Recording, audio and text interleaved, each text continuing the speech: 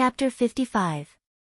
Grabbing Lu Qingfeng with one hand, Wu Qi continued leaping into the air, his eyes fixed on the pieces of flesh and bones that were shooting toward him. It was the assassins again, and it was this cruel method of self-mutilation. The two assassins, who exploded themselves, should be the two personal guards of Lu Suifeng, who grew up together with him. With Lu Suifeng dead, their lives were meaningless. That was why they attacked Wu Qi and Lu Qingfeng with all their might. Countless poisonous pieces of flesh and bones, as well as black blood with a pungent stench, rushed toward their faces. Unhurriedly, Wu Qi took a deep breath, threw Lu Qingfeng behind him, and slowly pushed his other hand forward. 70% of the innate water energy was gathered in his palm. Suddenly, a sharp whistling sound came from the surrounding air, and an invisible whirlpool formed rapidly. The water elemental energy in the vicinity was sucked into the whirlpool. Gradually, a foggy whirlpool with a circumference of about 10 feet appeared in front of Wu Qi's palm. The pieces of flesh and poisonous blood produced by the explosion of the two assassins were sucked into the whirlpool, and compressed into a sphere with a diameter of a few feet. The hand of web sucked in and then spat out with all its strength. Like a bomb exploding, countless pieces of flesh and poisonous blood shot out with a whistling sound. 10 beams of saber energy shot out from the ground, sealing off all the escape routes of Wu Qi and Lu Qingfeng. The saber energy was cold and sharp, penetrating into Wu Qi's body from afar. Even though the saber energy was still a few feet away from Wu Qi felt pain all over his body. 10 twisted and hazy shadows followed closely behind the saber energy, pouncing toward Wu Qi and Lu Qingfeng. Their cold and emotionless eyes were fixed on Wu Qi, filled with a ruthless determination, as if they would not give up until they achieved their goal. Countless pieces of flesh and bones, as well as poisonous water, came whistling over, shaking off the saber energy and hitting the bodies of the shadows, piercing through their tight-fitting clothes and causing blood to blossom on their bodies. A muffled sound rang out as Wu Qi was thrown more than 200 feet into the air by the powerful force of the 10 saber beams. A huge force entered his body through his palms, causing the meridians in his arms to swell endlessly. Fortunately, his arms were the part of his body that had the most jinqi, the toughest meridians, and the strongest power. Although he felt a sharp pain in his arms, he didn't suffer any injury. Instead, his 5 viscera and 6 bowels were shaken by the tremendous force transmitted from his arms, causing him to suffer slight injuries. Wu Qi opened his mouth and spat out a mouthful of blood. The innate water qi quickly flowed into all the meridians in his body through the water meridians, nourishing his injured internal organs.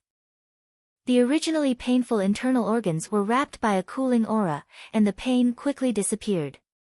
The insignificant injuries were now under control. The 10 shadows that broke out of the ground with strange escape techniques let out miserable howls. Thick white smoke rose from their bodies, emitting a disgusting smell of bones and flesh melting. They writhed and struggled crazily on the ground, and in just the time of 2 to 3 breaths, they were killed by the poison. Wu Qi fell heavily onto the ground. The shock to his internal organs hadn't fully recovered yet. His legs gave way, and he nearly fell to the ground.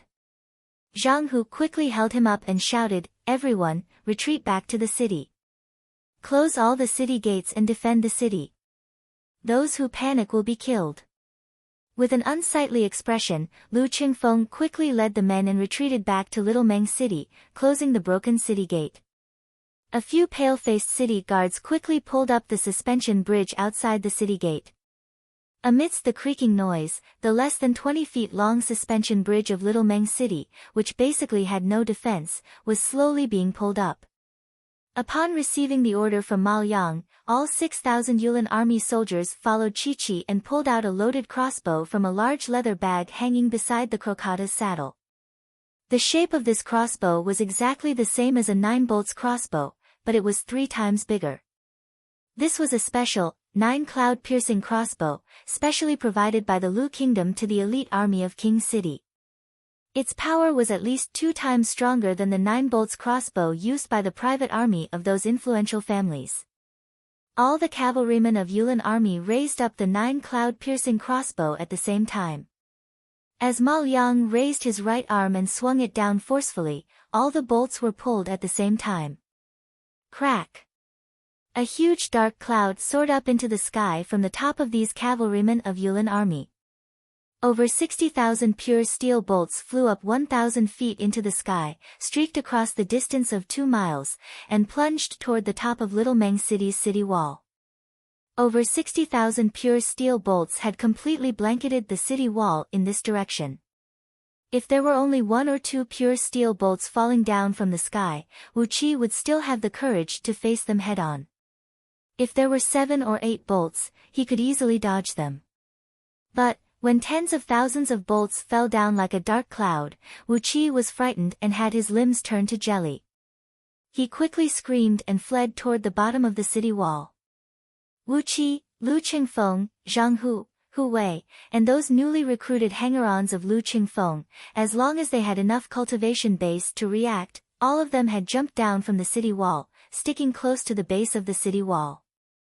This was the blind spot of the bolts, and the only safe spot in this part of the city wall. On top of the city wall, the 2,000 city guards of Little Meng City stared blankly at the tens of thousands of bolts falling down from the sky. All of them were struck dumb, and none of them could react in time. Accompanied by the swishing sound of the bolts piercing through the air, the bolts fell at an incredible speed and pierced through the dead bodies of these soldiers. Miserable howls kept ringing out from the city wall. The top of the city wall was filled with over 10,000 bolts, and a huge amount of blood was spraying out from the wounds like a fountain. In just a blink of an eye, the top of the city wall was dyed red. The mud wall quickly absorbed the sticky and boiling blood, and slowly, it turned into a strange color. There were also tens of thousands of bolts shooting into the city, landing in those civilian houses that were close to the city wall. Countless miserable howls were heard coming out from those civilian houses. These bolts were made of pure steel and were extremely heavy. Falling from a height of over 1,000 feet, their kinetic energy was so strong that they could pierce through 2 layers of heavy armor, let alone human bodies. Those civilians who were hit by the heavy bolts were nailed to the ground by the barbed bolts. They could only howl crazily and wait for their death. Crash! 7 to 8 civilian houses had their main load-bearing pillars broken by the heavy bolts, and the 3-storied buildings had collapsed. Dust filled the air, and cries and screams could be heard coming from every corner of Little Meng City. Ma Liang let out a loud shout that contained a powerful innate energy, and it made everyone in Little Meng City hear his order to kill all the civilians. Lu Qingfeng's face turned pale. He clenched his fists tightly and shouted, "Lord Puyang, Princess Yingchuan. If Lu Qingfeng doesn't die today, I'll fight you to the last man." Wu Qi continued with a low voice, "You can't die even if you want to, but it's hard to say for the people in Little Meng City. Zhang Hu, Hu Wei, gather all your trusted men. Meng Xiaobai, bring all your uncles from Meng village here. All of you, gather at the mayor's mansion, and wait for an opportunity to break out." Stamping his feet on the ground, Wu Qi continued cursing, "We're not at the same level as them, so we can only protect the elite men around young master. We have to abandon those city guards. Damn it, I need to lead the city guards alone and fight the Yulin army outside. If the situation goes south, at least give us enough time to retreat." The combat strength of the Yulin army was so strong, and the 9 cloud-piercing crossbow had killed over 2,000 city guards with just one volley. Wu Qi had no confidence to rely on these city guards, who lacked armor and weapons, to fight the enemies. Left with no other choice, he had to protect the elite men around Lu Qingfeng. He had to sacrifice these city guards, and try his best to create an opportunity for these elite men around Lu Qingfeng to break out of the encirclement. Crocatas not only had a strong combat strength, they could also run at an incredible speed. Without a powerful sniper, Wu Qi, Lu Qingfeng, and the rest of them basically had no chance of escaping. Someone had to sacrifice himself and lead the city guards to fight to the death. Xiaohe jumped out and shouted, "Wu Qi, you protect young master and retreat. Xiaohe, lead the city guards and fight them." With a kick, Wu Qi sent Xiaohe flying aside, sneered and said, "If young master had 100 men of sacrifice, even if you want to hang yourself and jump off a cliff, you can do whatever you want. But now, young master only has 2 or 3 loyal men. Even if you want to die, I don't want you to die." Rolling his eyes, Wu Qi pulled Lu Qingfeng up, brought all the men and rushed to the mayor's mansion. He took out all the gold bricks under Lu Qingfeng's bed and piled them up in front of the mayor's mansion. Quickly, all the city guards in the city gathered on the street. Wu Qi pointed his finger at those gold bricks and shouted, "Brothers, someone is trying to give young master a hard time. Here are 200,000 gold bricks. Kill them all, and the gold will be yours." It was the same old trick of, when a generous reward is offered, there will always be a brave man. But, this trick always brought out a powerful effect beyond everyone's expectation. The eyes of all the city guards lit up. They raised their weapons up high, threw their heads back and shouted, "Fight to the death, fight to the death, fight to the death." Over 20,000 men shouted the slogan "Fight to the death" at the same time. Their war cry soared into the sky and shook the ground of Little Meng City. Outside the city, when Ma Yang and Luo Kadi heard the crazy roars coming from within the city, their faces fell. With such a high morale, it seemed like it would be much more difficult for them to break into Little Meng City. They believed that the force they brought with them was more than enough to wipe out Little Meng City. But, if too many of the Yulin army were killed or wounded, how were they going to explain to the people when they returned? After hesitating for a while, Luo Kadi gave out a new order. Over 6,000 crocatas were divided into 4 groups, surrounding Little Meng City from 4 directions. All the 9 cloud-piercing crossbows were reloaded, and the bolts were reloaded. Smoke and dust were rising from all directions. A large convoy was slowly approaching Little Meng City along the main road. Under the urging of Luo Kadi and Ma Yang, over 800 men who escorted the convoy began to unload the goods from the carriages. After a short period of work, they had finally assembled 80 strange-shaped machines. These machines, which looked like coffins and had 4 wheels at the bottom, could be dragged by manpower. They were divided into 4 groups, surrounding Little Meng City from 4 directions. Standing on the roof of the mayor's mansion, Lu Qingfeng's face turned green when he saw these machines. That bitch Princess Ying Chuan, in order to avenge her son, she even brought out the MO machine that was guarding the capital city. Wu Qi found it strange to hear the gentle and elegant Lu Qingfeng scolding the princess of a kingdom as a bitch. But, what could make Lu Qingfeng lose his composure like this? What is a MO machine? Is it very powerful? Wu Qi asked hastily. Chapter 56. With a kick, Lu Qingfeng crushed a stone beast head carved on top of the city wall. With a gloomy face, he began to introduce the origin of MO machine. MO machine was a large-scale serial crossbow manufactured by MO sect of Great Yan dynasty. From the outside, MO machine looked like a coffin, the same size as an ordinary 4-wheeled carriage. However, it was equipped with an ingenious serial crossbow, which was very powerful. In actual combat, MOG could choose to fire a single bolt consecutively, or he could choose to fire 3 bolts, 6 bolts, 9 bolts, 12 bolts, 18 bolts, or a maximum of 108 bolts in unison to launch an attack. MO machine was huge in size, and it was equipped with a large number of bolts. As long as there was a man with a strong arm, he would be able to fire 36 waves of bolts continuously, with each wave containing 108 bolts. When the bolts in MO machine were emptied, he just had to take out the empty box and replace it with a full one, and he would be able to fire again. The time needed to replace the box would not exceed the time needed to drink a cup of tea. Basically, when 2 MO machines were placed in a row, they would be able to fire a continuous barrage of bolts. On top of that, because of the huge size of MO machine, its internal mechanism was a few times stronger than the bowstring of 9 cloud-piercing crossbow. The special armor-piercing bolt shot out by MO machine could pierce through 3 layers of standard heavy armor from a distance of 2 miles. Within a distance of 200 steps, the bolt could pierce through the bodies of 5 heavily armored soldiers in a row. On the battlefield, the MO machine was a killing machine through and through.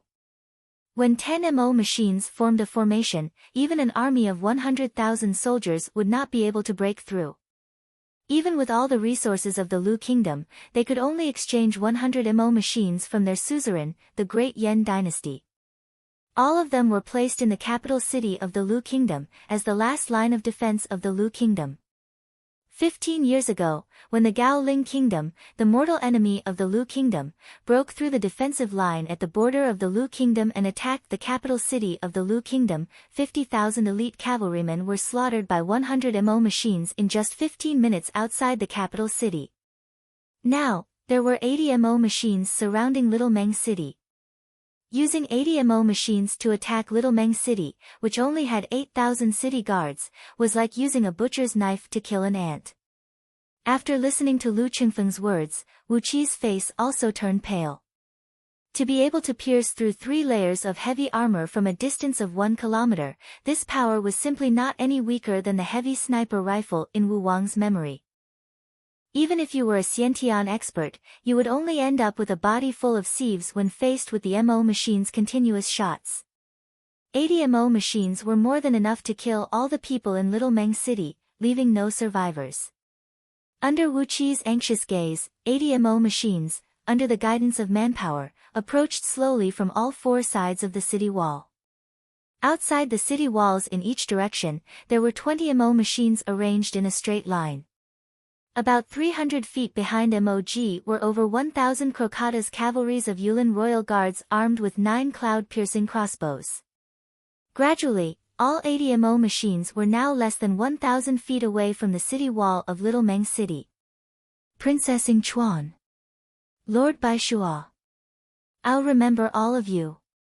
Both of Wu Qi's hands were trembling, and a few streams of misty water vapor were shooting out from his fingertips.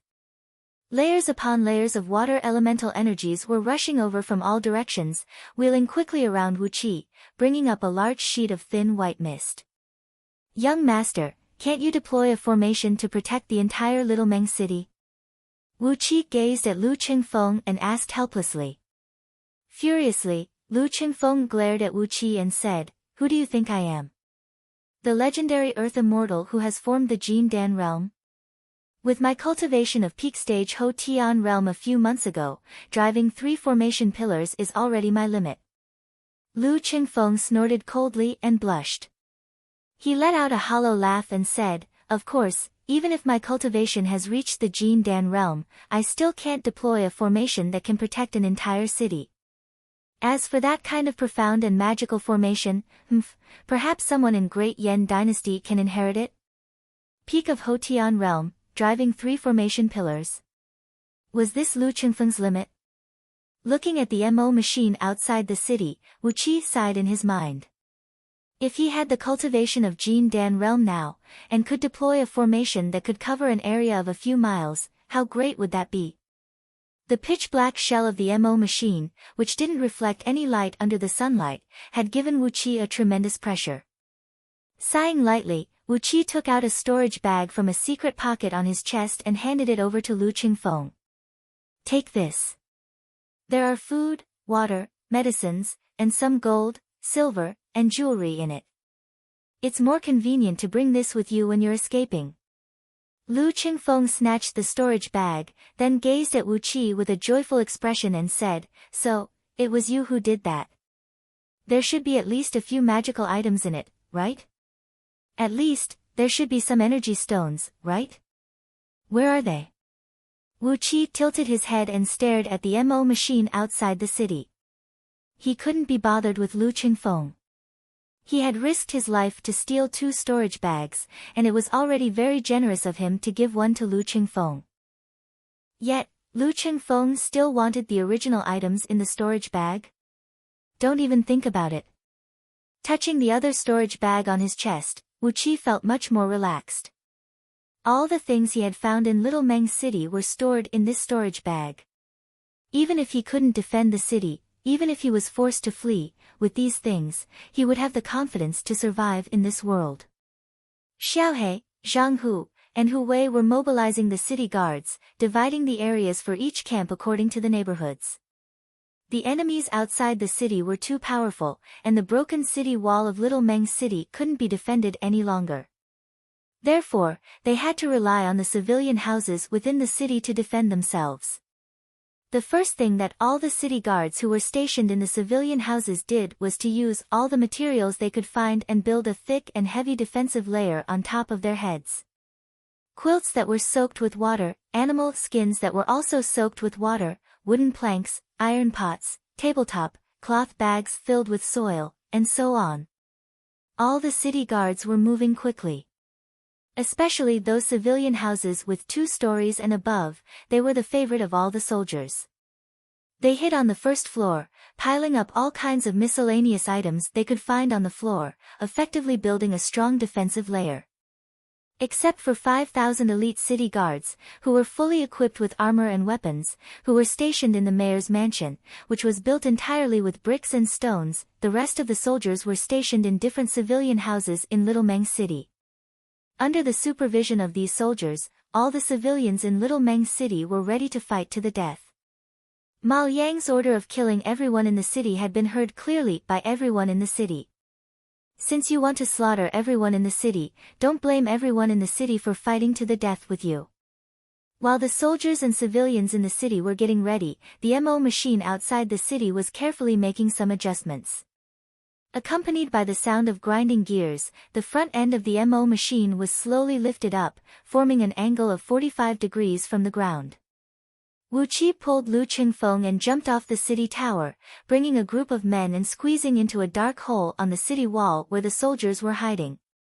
They moved a few green bricks away, and through the observation holes on the city wall, they could clearly see the movement of the enemy outside the city.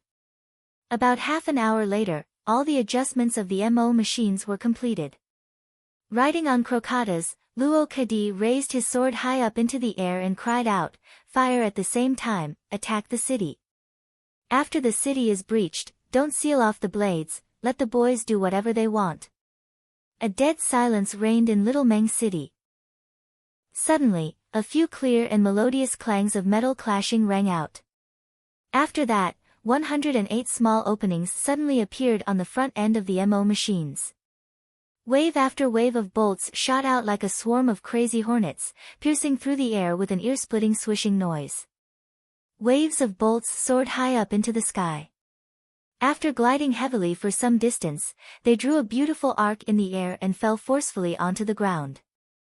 The bolts shot out from 4 directions converged in the sky above Little Meng City, covering the entire city with nearly no blind spots. The bolts fell down like raindrops. Clang, clang, clang, clang. Almost at the same time, the roof tiles of all the houses in Little Meng City exploded. Countless green roof tiles shattered into pieces, and large pieces of bricks and tiles shot up several feet high into the sky. At first glance, all the houses and courtyards in Little Meng City were covered by a layer of green dust. Loud crashing noises kept coming out from the observation holes. Looking out from the observation holes, all the buildings on the eastern side of Little Meng City were collapsing. Through the flying dust, one could see countless figures twisting and twitching amidst the rain of bolts, then falling stiffly to the ground. Wu Qi's eyes turned red. Among those figures, most of them were the people of Little Meng City. He didn't care if those people died, as Wu Qi didn't have any feelings for them. However, there was also a group of city guards among them, and Wu Qi had spent a lot of effort to train them. He had personally supervised their training, lectured them personally, and taught them how to cultivate their inner strength. He had even trained some of the soldiers in combat. Princess Ying Chuan. Lord Bai Shua. Wu Qi forcefully slammed his palm onto the city wall. Princess Ying Chuan. Lord Bai Shua. And Lord Puyang. Lu Qingfeng's eyes were filled with blood. Like a mad tiger, he slammed his fist onto the city wall and said, "When I, Lu Qingfeng, have a bright future, I'll definitely fight you to the death." Bang! Wu Qi and Lu Qingfeng unleashed their innate energies. When their energies collided with each other, the impact nearly knocked out all the people in the dark hole. Another wave of bolts, another wave of bolts. The bolts of MO machines were ceaseless, raining down like a violent storm. When all the bolts in the boxes were emptied, those people operating MO machines would immediately reload the boxes, and once again unleash an endless barrage of attacks. Under such a heavy attack, all the people in the city couldn't move at all. They could only watch as the bolts kept raining down, killing and injuring the civilians in the city. Half of the civilian houses in Little Meng City had collapsed under the powerful barrage of bolts. At least 50,000 civilians were killed or wounded. The ground in the city was filled with arrows made from pure steel. At first glance, Little Meng City looked like a field of nettles. After reloading the boxes twice, the crazy barrage of MO machines finally stopped.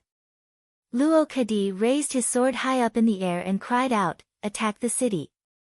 Kill every single one of them, leave no one alive. Let all the living beings in this city be buried together with the marquis." The crocodiles of Yulin army charged forward while whistling. When they were still a few feet away from the city gate, they threw out several dozens of explosive talismans. The massive explosion had turned all 4 city gates and the 1,000 feet long city wall into ashes. Over 6,000 crocodiles marched straight into the city. The city was breached. Wu Qi mustered up his internal energy and roared out, "Brothers, come out and fight. Avenge our fallen brothers.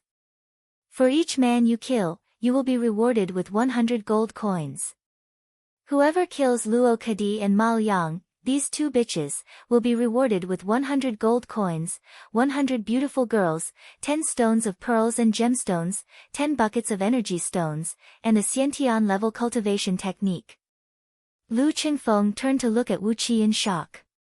He scolded in a low voice, "I don't have so many treasures that you promised me." Wu Qi didn't pay any attention to Lu Qingfeng.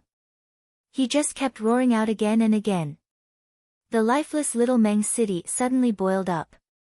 Countless figures dashed out from the collapsed buildings, charging toward the Yulin army who had broken into the city from all 4 city gates. Chapter 57. With a flash of blood, a Yulin army soldier riding on a crocotas waved his hand, and 2 rangers who had just crawled out from a pile of bricks and tiles fell to the ground, howling miserably. The long swords sliced through their necks, almost cutting off their heads. Blood sprayed a few feet away, and soon, a puddle of sticky blood had accumulated on the ground. The Yulin army soldier let out a complacent laugh, then spat to the side with a disdainful look. While he was tilting his head, a barbarian hunter hiding under a collapsed canopy, holding a palm-sized crossbow in his hand, let out a hideous smile and shot out a tiny tree spike. The 3-inch-long, hair-thin tree spike shot 20 feet away and hit the exposed neck of the barbarian hunter. The tree spike was dipped in the venom of widow flower spider, a specialty of Meng Mountains. The barbarian hunter's body turned stiff, and after riding on his crocotas for a few hundred feet, he suddenly coughed out a mouthful of black blood and fell to the ground. 100 gold coins in hand. The barbarian hunter who had successfully killed the enemy smacked his lips complacently. Just when he was about to stand up and move to another place for ambush, 3 pure steel bolts came whistling over, piercing through the canopy and piercing into his back, nailing him to the ground. 2 Yulin army soldiers dashed over, thrusting out their lances and piercing through the canopy, tossing the dead body of the barbarian hunter up into the air. The heavy lance struck the dead body of the barbarian hunter a few hundred feet away, and when it landed on the ground, it was broken into 3 parts. Damn bastard! After killing the barbarian hunter, the 2 Yulin army soldiers stared at the dead body of their comrade with flames of fury in their eyes. The 1st Heaven Battalion of Yulin Army, claimed to be the strongest force in the Lu Kingdom, had lost one of their men in a remote place like Little Meng City. If this news spread out, it would be a great disgrace to the entire Yulin Army. While the furious Yulin Army soldiers were about to continue their assault, a dozen city guards suddenly rushed out from a leaning restaurant on the roadside, howling and yelling. They leaped onto the back of Crocatas in a frenzy, surrounding the 2 Yulan army soldiers and began to stab and hack at the 2 Yulan army soldiers. Most of the houses in the city had collapsed, and there were piles of rubble everywhere. Before the 2 Yulan army soldiers could react, they were pushed down to the ground by these crazy city guards. Poor 2 elite Yulan army soldiers, whose cultivation base was over 30 years, were chopped into meat paste by a dozen city guards who were less than 10 years. Having lost their masters, the 2 Crocatas went mad. They exerted all their strength and slapped their front claws. Miserable howls rang out. 5 city guards had their chests torn open by the Crocatas and died on the spot. The other city guards quickly chopped off the heads of the royal guards and hurriedly fled the scene with 2 heads in their hands. 2 Crocatas and of Yulan of Crocatas. And Crocatas. 2 of them of Crocatas' arrow of sound of came out from the army. There were figures bathed in blood fighting everywhere, and ear-piercing battle cries could be heard everywhere. The smell of blood was everywhere, and the reflection of swords and sabers could be seen everywhere. Over 100,000 lucky survivors of Little Meng City were fighting fiercely with over 6,000 soldiers of Yulan army, who had broken into the city. If it were any other city in the Lu Kingdom, when over 6,000 Crocatas broke into the city, what awaited them would be a brutal massacre. The experience of these Yulan army soldiers in the past had given them the same experience. But Little Meng City was different. The people and civilians of Little Meng City did not collapse.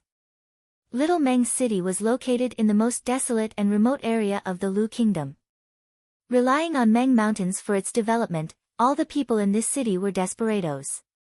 Basically, there was not a single kind-hearted person in this city. Everyone could fight with weapons, and they were all murderers who made their living on the edge of a blade. Even those prostitutes who did business on the streets, when it was convenient for them, didn't mind doing some shady business that involved money and murder.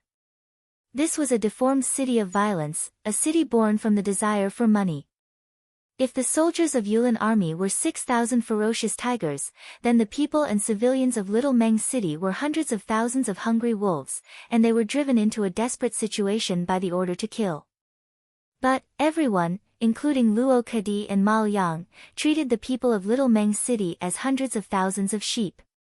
Slaughter, endless slaughter.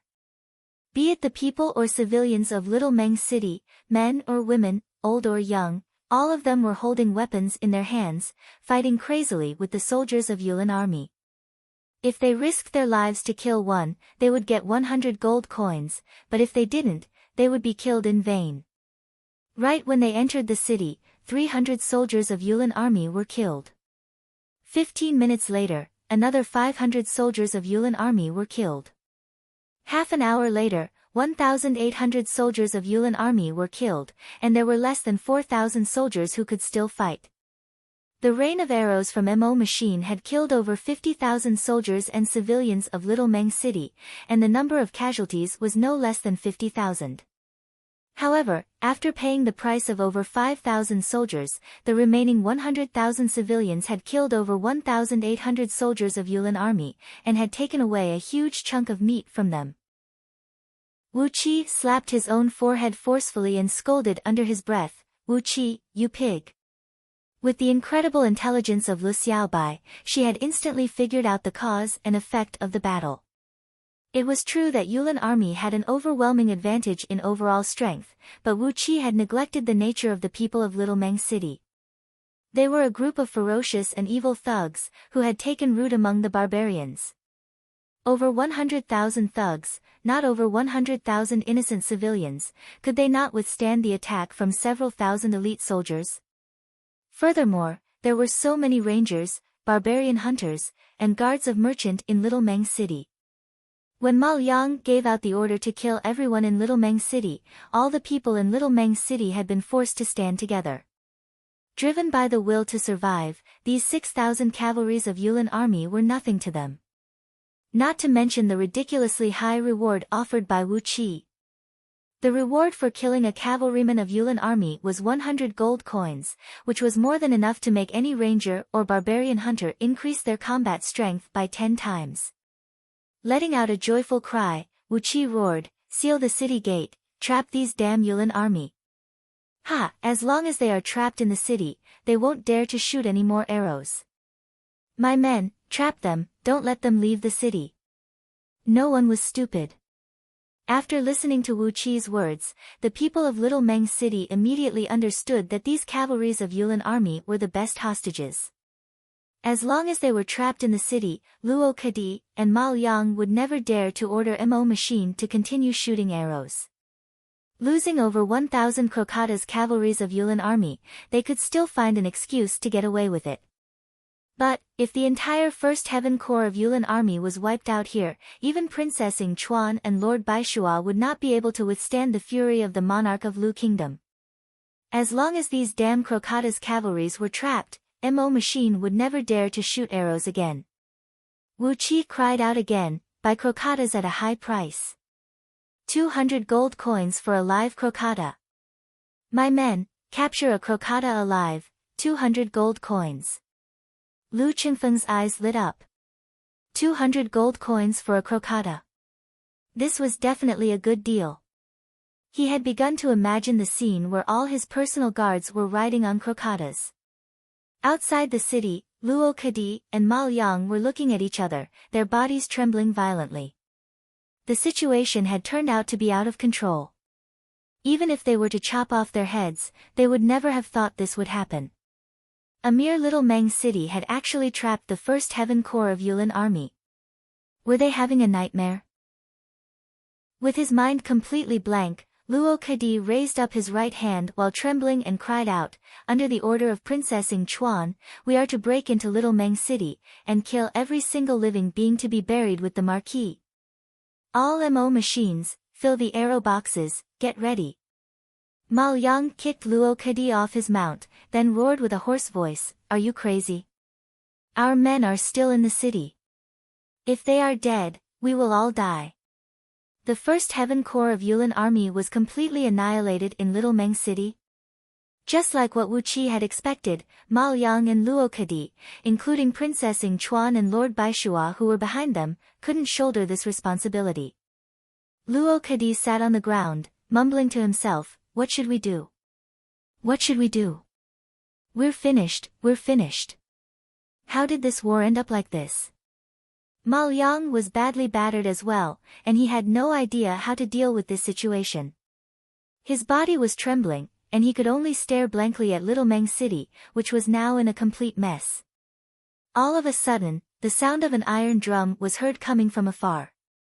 After the sound of an iron drum, it was followed by an endless stream of iron drum beats, which sounded like the raging waves of the ocean.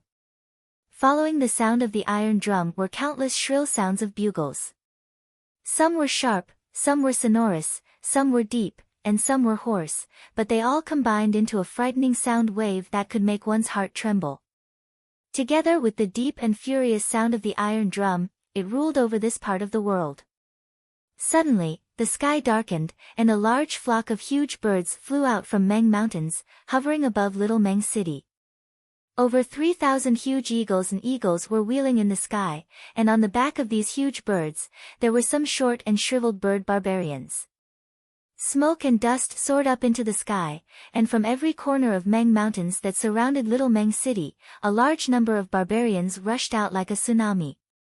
From the east, over 10,000 barbarians were driving an endless number of huge beasts and charging towards Little Meng City. In front of these 20,000 barbarians and countless huge beasts, over 30 barbarian beast warriors had their bodies shrouded in a bright flame, as they strode in front of the army.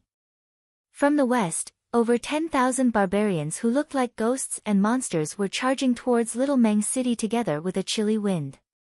Surrounding these barbarians were countless poisonous bugs, forming a vast ocean. Spiders the size of a water tank, poisonous pythons the size of a bowl, centipedes that were 3 to 5 feet long, and countless ferocious poisonous bugs were rolling and rolling in the ocean of bugs. From the north, over 10,000 barbarian cavalries riding on bison-horned bulls were getting ready to charge. Every single one of these cavalries was equipped with an armor that was exactly the same as the standard armor of the Lu Kingdom. Obviously, these armors and weapons were not made by these barbarians themselves. From the south, a couple dozens of barbarian leaders, who were clad in beast skins and had bird feathers on their heads, were riding on all kinds of low-grade magical items.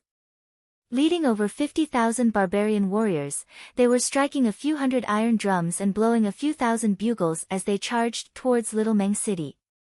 Zhang Hu and Hu Wei, the two old men of Little Meng City, let out a miserable cry at the same time. "Oh heavens, this is a barbarian tide. And it is scarier than any barbarian tide." Lu Qingfeng's face turned pale. "When it rains, it pours. Little Meng City is facing a great calamity." Meanwhile, Wu Qi suddenly let out a loud laugh and said, "This is great. Luckily, Luo Kadi and his men are here to stop them." Raising his voice, Wu Qi shouted, "By the order of the mayor, open the city gate, and ask the Yulin army to get the hell out of Little Meng City." Lu Qingfeng, Zhang Hu, and Hu Wei were startled, then their faces suddenly turned red. There were still 80 MO machines outside. What was there to be afraid of? Chapter 58.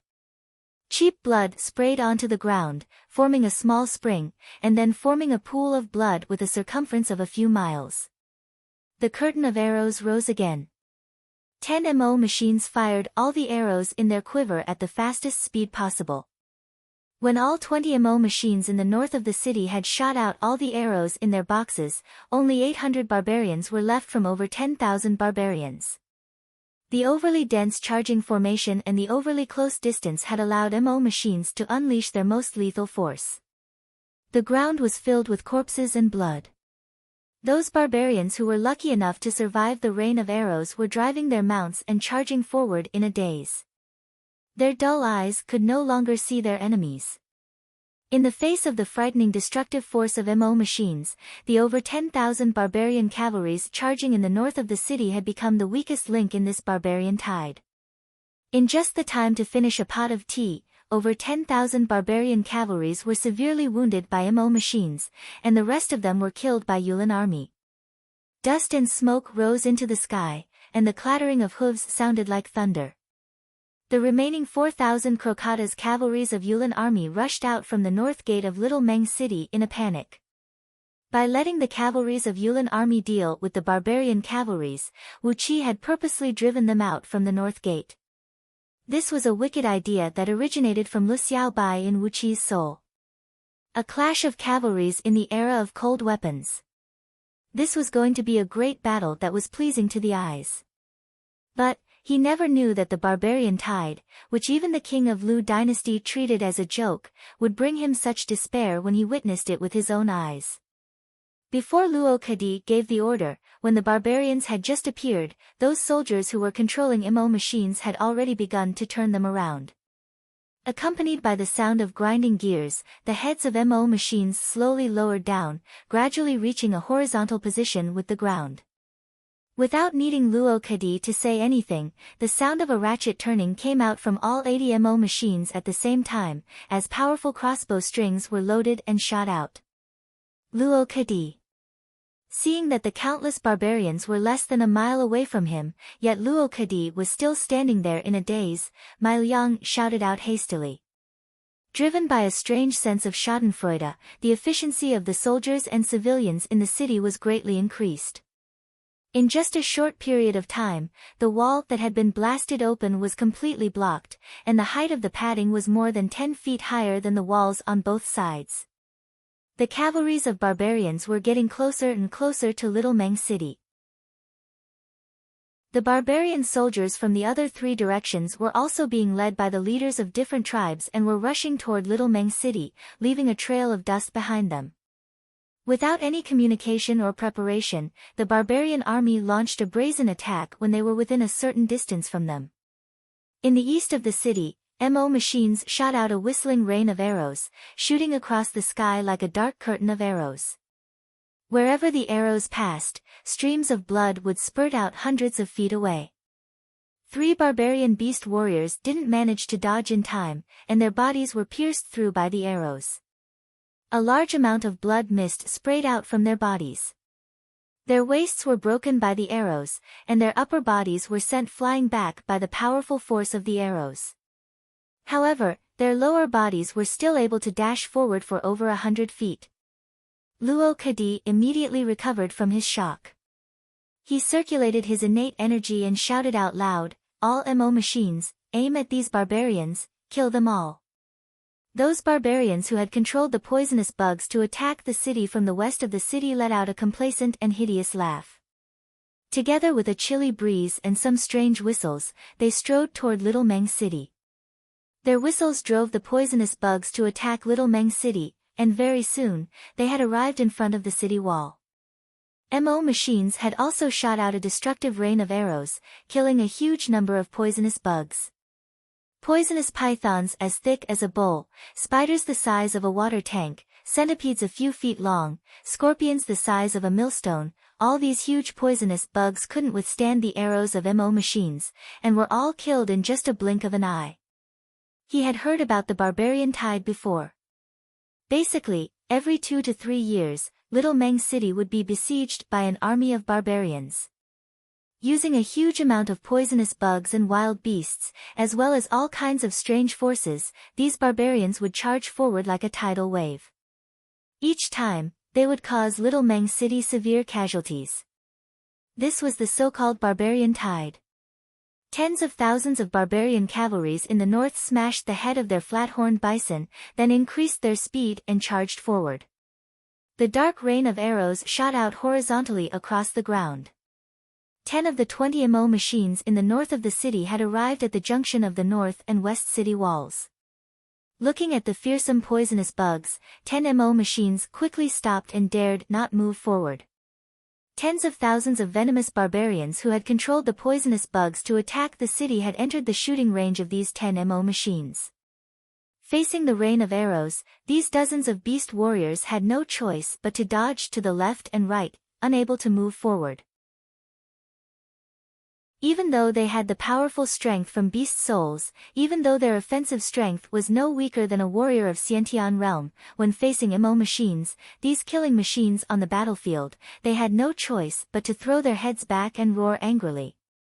The knight had regained his composure. They were not the imperial envoys who had been ordered to investigate a case. No matter who was the one who had colluded with the barbarians, they had to get through this crisis first. However, when he turned his head around, he saw the soldiers and civilians of Little Meng City were moving a great amount of bricks and stones, as well as a great amount of beams and pillars, filling up the gap on the city wall that he had ordered to blast out. More than half of the civilian houses in the city had collapsed due to the rain of arrows, and there were a great amount of broken buildings near the city gate, which could be used to fill up the city wall. The dozens of barbarian beast warriors from the east of the city had arrived at a place less than half a mile away from MO machines. Behind them, there were all kinds of strange and ferocious beasts. Tigers, rhinos, orangutans, wild boars, buffaloes, all kinds of wild beasts had their eyes turned red. Panting heavily, they were charging toward Little Meng City with no regard for their lives. Almost instinctively, Luo Kadi turned his mount around and was about to call back his soldiers and charge into Little Meng City. He had no courage to fight a wild battle with these barbarians, who had an absolute advantage over them. His instinct told him that once he had a head-on confrontation with these barbarians, all the soldiers he had brought here would be devoured by them. Suddenly, a dense rain of arrows was shot down from the sky. The bird barbarians, who had been hovering in the sky and watching the battle below, had finally slowly pulled their bows open and launched an attack at the ground. Blood sprayed everywhere. The first wave of arrows had killed over 1,000 barbarian cavalries with ease. Then came the second wave, the third wave, and the fourth wave. 20 MO machines from the north of the city quickly divided into 2 teams, rushing toward the east and west of the city as reinforcements. However, the majority of the poisonous bugs were tens of thousands of normal-sized poisonous bugs. There were poisonous snakes a few feet long and as thick as a thumb, poisonous spiders the size of a thumb to the size of a fist, centipedes a few inches long, and scorpions the size of a palm. There were nearly 500,000 poisonous bugs, covering an area of a few miles. They let out shrill screeches and rushed toward the MO machines. The barbarian beast warriors from the east took a few dozen feet forward with a single step, leading countless ferocious beasts and leaping toward the MO machines at the same speed. The cavalries of Yulan army rushed forward and easily killed these barbarian cavalries who had lost their will to fight. Luo Kadi glared at this cavalries fiercely and cursed furiously. What does this have to do with us? Form up, let's fight these barbarians to the death. The dozens of barbarian leaders from the south slowly slowed down their speed. Behind them, several tens of thousands of barbarian soldiers were beating the iron drums and blowing the bugles, brushing past these leaders and leaping forward like a group of mad beasts.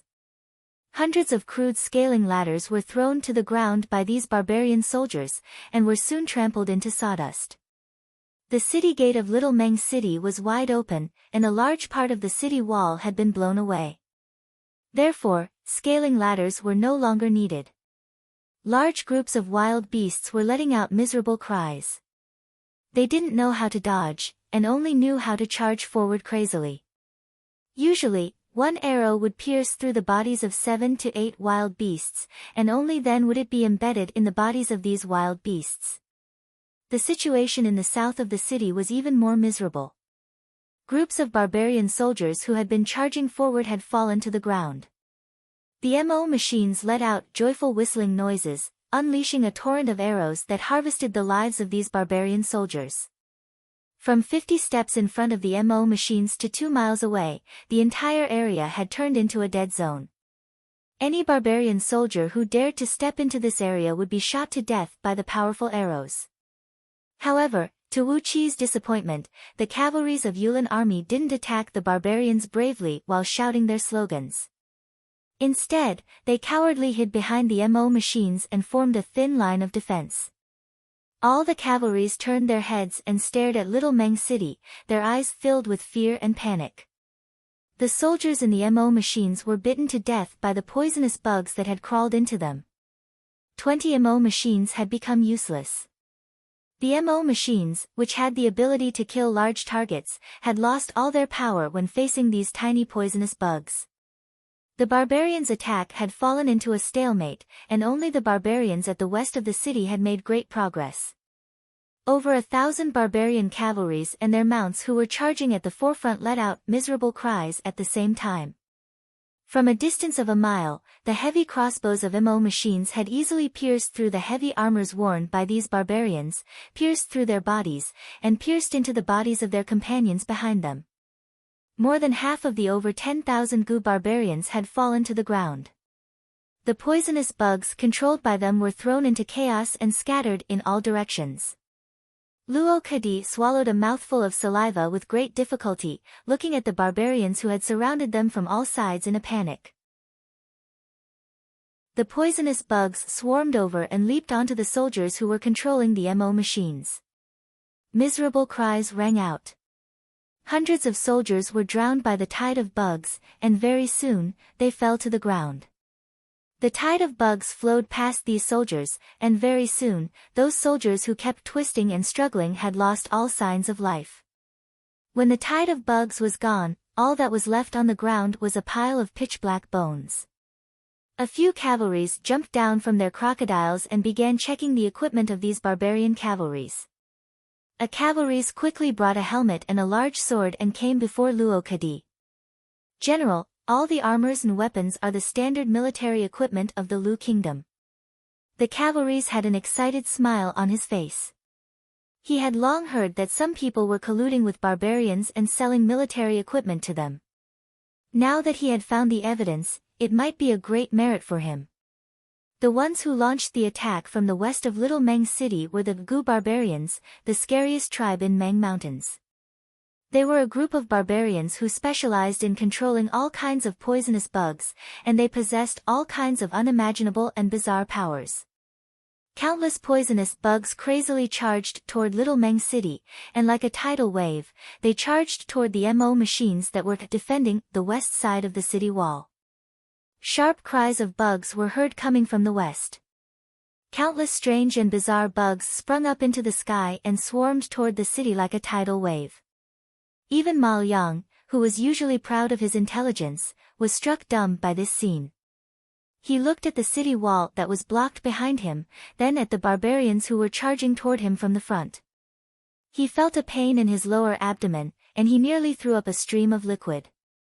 The rain of arrows rained down on the heads of those soldiers who were controlling the MO machines. A large number of soldiers howled and fell to the ground. Chapter 59. Satisfying, this is really satisfying. Standing on top of the city wall, Wuqi had a shield wrapped in 3 layers of buffalo hide and lined with half-an-inch thick bronze plate on the inside. He was watching the fierce battle outside the city with a smile on his face. Countless prickles fell from the sky like raindrops, clashing against the shield and producing loud cracking noises, yet none of them could hurt even a single strand of his hair. The barbarian tide outside the city was terrifying, but it seemed like the attacking barbarians were not united. Different barbarians from different tribes had different plans in mind.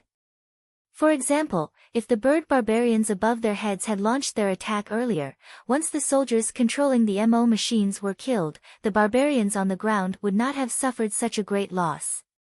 As for those barbarian beast warriors on the east side of the city, they did not unleash their full strength to attack as well. They were just trying to provoke the firepower of the MO machines. Although a large number of wild beasts were killed or wounded, the barbarians controlling the wild beasts did not suffer any loss. The 3 barbarian beast warriors who were killed should be just an accident. If not for the sudden attack from the 10 MO machines on the north side of the city, how could these Gu barbarians who were controlling the poisonous bugs on the west side of the city suffer any loss? All they needed to do was to wait for the poisonous bugs to attack the city, and they did not even need to lift a finger. Among the over 30 barbarian leaders on the south side of the city, a few of them were dancing and jumping with joy. Over 20,000 barbarian soldiers under their command were either killed or wounded.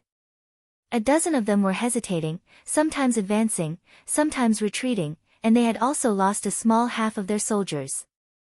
There were also 5 barbarian leaders who obviously had the strongest cultivation base, and the magical items they used were the brightest. The over 10,000 soldiers behind them only charged forward for half a mile before quickly retreating. They did not suffer any loss at all. The one who suffered the heaviest loss was the over 10,000 barbarian cavalries on the north side of the city. The barbarian cavalries who were completely wiped out were actually equipped with excellent armors and weapons produced by the Lu Kingdom. On top of that, they were the ones who lost all their men. The mystery behind this was really worth pondering. A few prickles brushed past the edge of the shield and fell to the ground. Wuqi grabbed a few prickles and threw them out of the city. A few tiny venomous snakes were swimming towards the city wall. The prickles that Wuqi threw out had pierced into their vital points, firmly nailing them to the ground. Zhang Hu, who also had a shield on his head, led a large group of soldiers carrying barrels of oil and ran up the wall. A large amount of oil was poured down the wall, followed by a dozen torches. Outside the western city wall, a large area of flames burned, and countless poisonous insects were instantly engulfed in the flames. The venomous insects squeaked as they were burned, and a pungent stench rose into the sky along with billowing black smoke, accompanied by the sound of their bodies exploding. More fuel was poured down the wall, and the entire western wall was surrounded by flames. The ground was soaked in oil more than a foot thick. The large amount of fuel ensured that the fire could burn for at least an hour. With this layer of fire, the poisonous insects in the west of the city were no longer a threat. Those Gu barbarians who were controlling the poisonous bugs let out a shrill whistle. Immediately, a large swarm of poisonous bugs turned towards the north of the city, crazily rushing towards those 10 MO machines. The soldiers controlling the MO machines let out shrill cries of terror and despair. Quickly, they abandoned the slow-moving MO machines and fled towards the north of the city. Wuqi hastily rushed to the northwest corner of the city wall. He grabbed a few oil cans and threw them out with all his strength. Intentionally or unintentionally, the oil cans fell to the ground near the MO machines, and a large amount of fuel splashed onto the MO machines. He threw out a few more torches, and all 10 MO machines were set ablaze on the spot. The dense sound of steel wires breaking kept coming out from the pitch-black shells of the machines. These MO machines were the strategic defensive weapons of the Lu Kingdom, and it was impossible for them to fall into the hands of Wu Qi and Lu Qingfeng. Since it was impossible for them to become his, he should destroy them completely. If not for the fact that the 20 MO machines in the west of the city were too far away, Wu Qi wished he could burn them all down. However, what Wu Qi failed to do, those Gu barbarians had done it. Having lost the threat of the 10 MO machines that came from the north, those Gu barbarians, who were surrounded by chilly winds, rushed over joyfully and dragged the 20 MO machines back. Surprisingly, these Gu barbarians stopped attacking the city. Instead, they left behind a large amount of poisonous bugs to keep the defending army of Little Meng City busy, then dragged the MO machines back to the forest. Wu Qi was struck dumb by what he saw. So, these Gu barbarians also knew the value of MO machines? Suddenly, the big birds above his head let out a sharp cry. About half of the bird barbarians controlled the birds and quickly chased towards the direction where the Gu barbarians retreated. Before Little Meng City was conquered, it seemed like the barbarians had begun to split up. Thousands of thoughts flashed across Wu Qi's mind. He suddenly understood the purpose of this barbarian tide. They had robbed the barbarians of 3 black stone tablets, and the barbarians had formed an army and were here to take revenge on Little Meng City for the 3 black stone tablets. However, this barbarian tide had been used by some barbarians, becoming a tool to weaken the other tribes. From the beginning, these barbarians were not of one mind. Therefore, the barbarian knights in the north of the city had been annihilated, the barbarian soldiers in the south had suffered a great loss, and the barbarians in the west and east of the city had only lost a large number of wild beasts and poisonous bugs. If not because half of these Gu barbarians were killed by the MO machines due to their carelessness, they should be safe. Now, when these bird barbarians saw that the Gu barbarians had gained some benefits, they couldn't wait to fight for the spoils of war. Wu Qi calmed down. This barbarian tide should be easier to overcome than what Zhang Hu and his men had told him. Although these barbarians were all elites, they were just a bunch of elites with ulterior motives. What could they do to Little Meng City? Besides, there was still Luo Kadi and Ma Liang outside the city. Suddenly, a gust of fierce wind came from above. A few bird barbarians on top of the eagles were addicted to killing. They actually let down their mounts and flew towards the top of the city wall. One of the eagles had chosen Wu Qi as its target. Both of its claws grabbed onto the shield above Wu Qi's head. Wu Qi snorted coldly and thrust out his palm. The energy was spinning in his palm, and an invisible whirlpool of air sucked away the airflow underneath the eagle's wings. The eagle suddenly fell down like a heavy rock.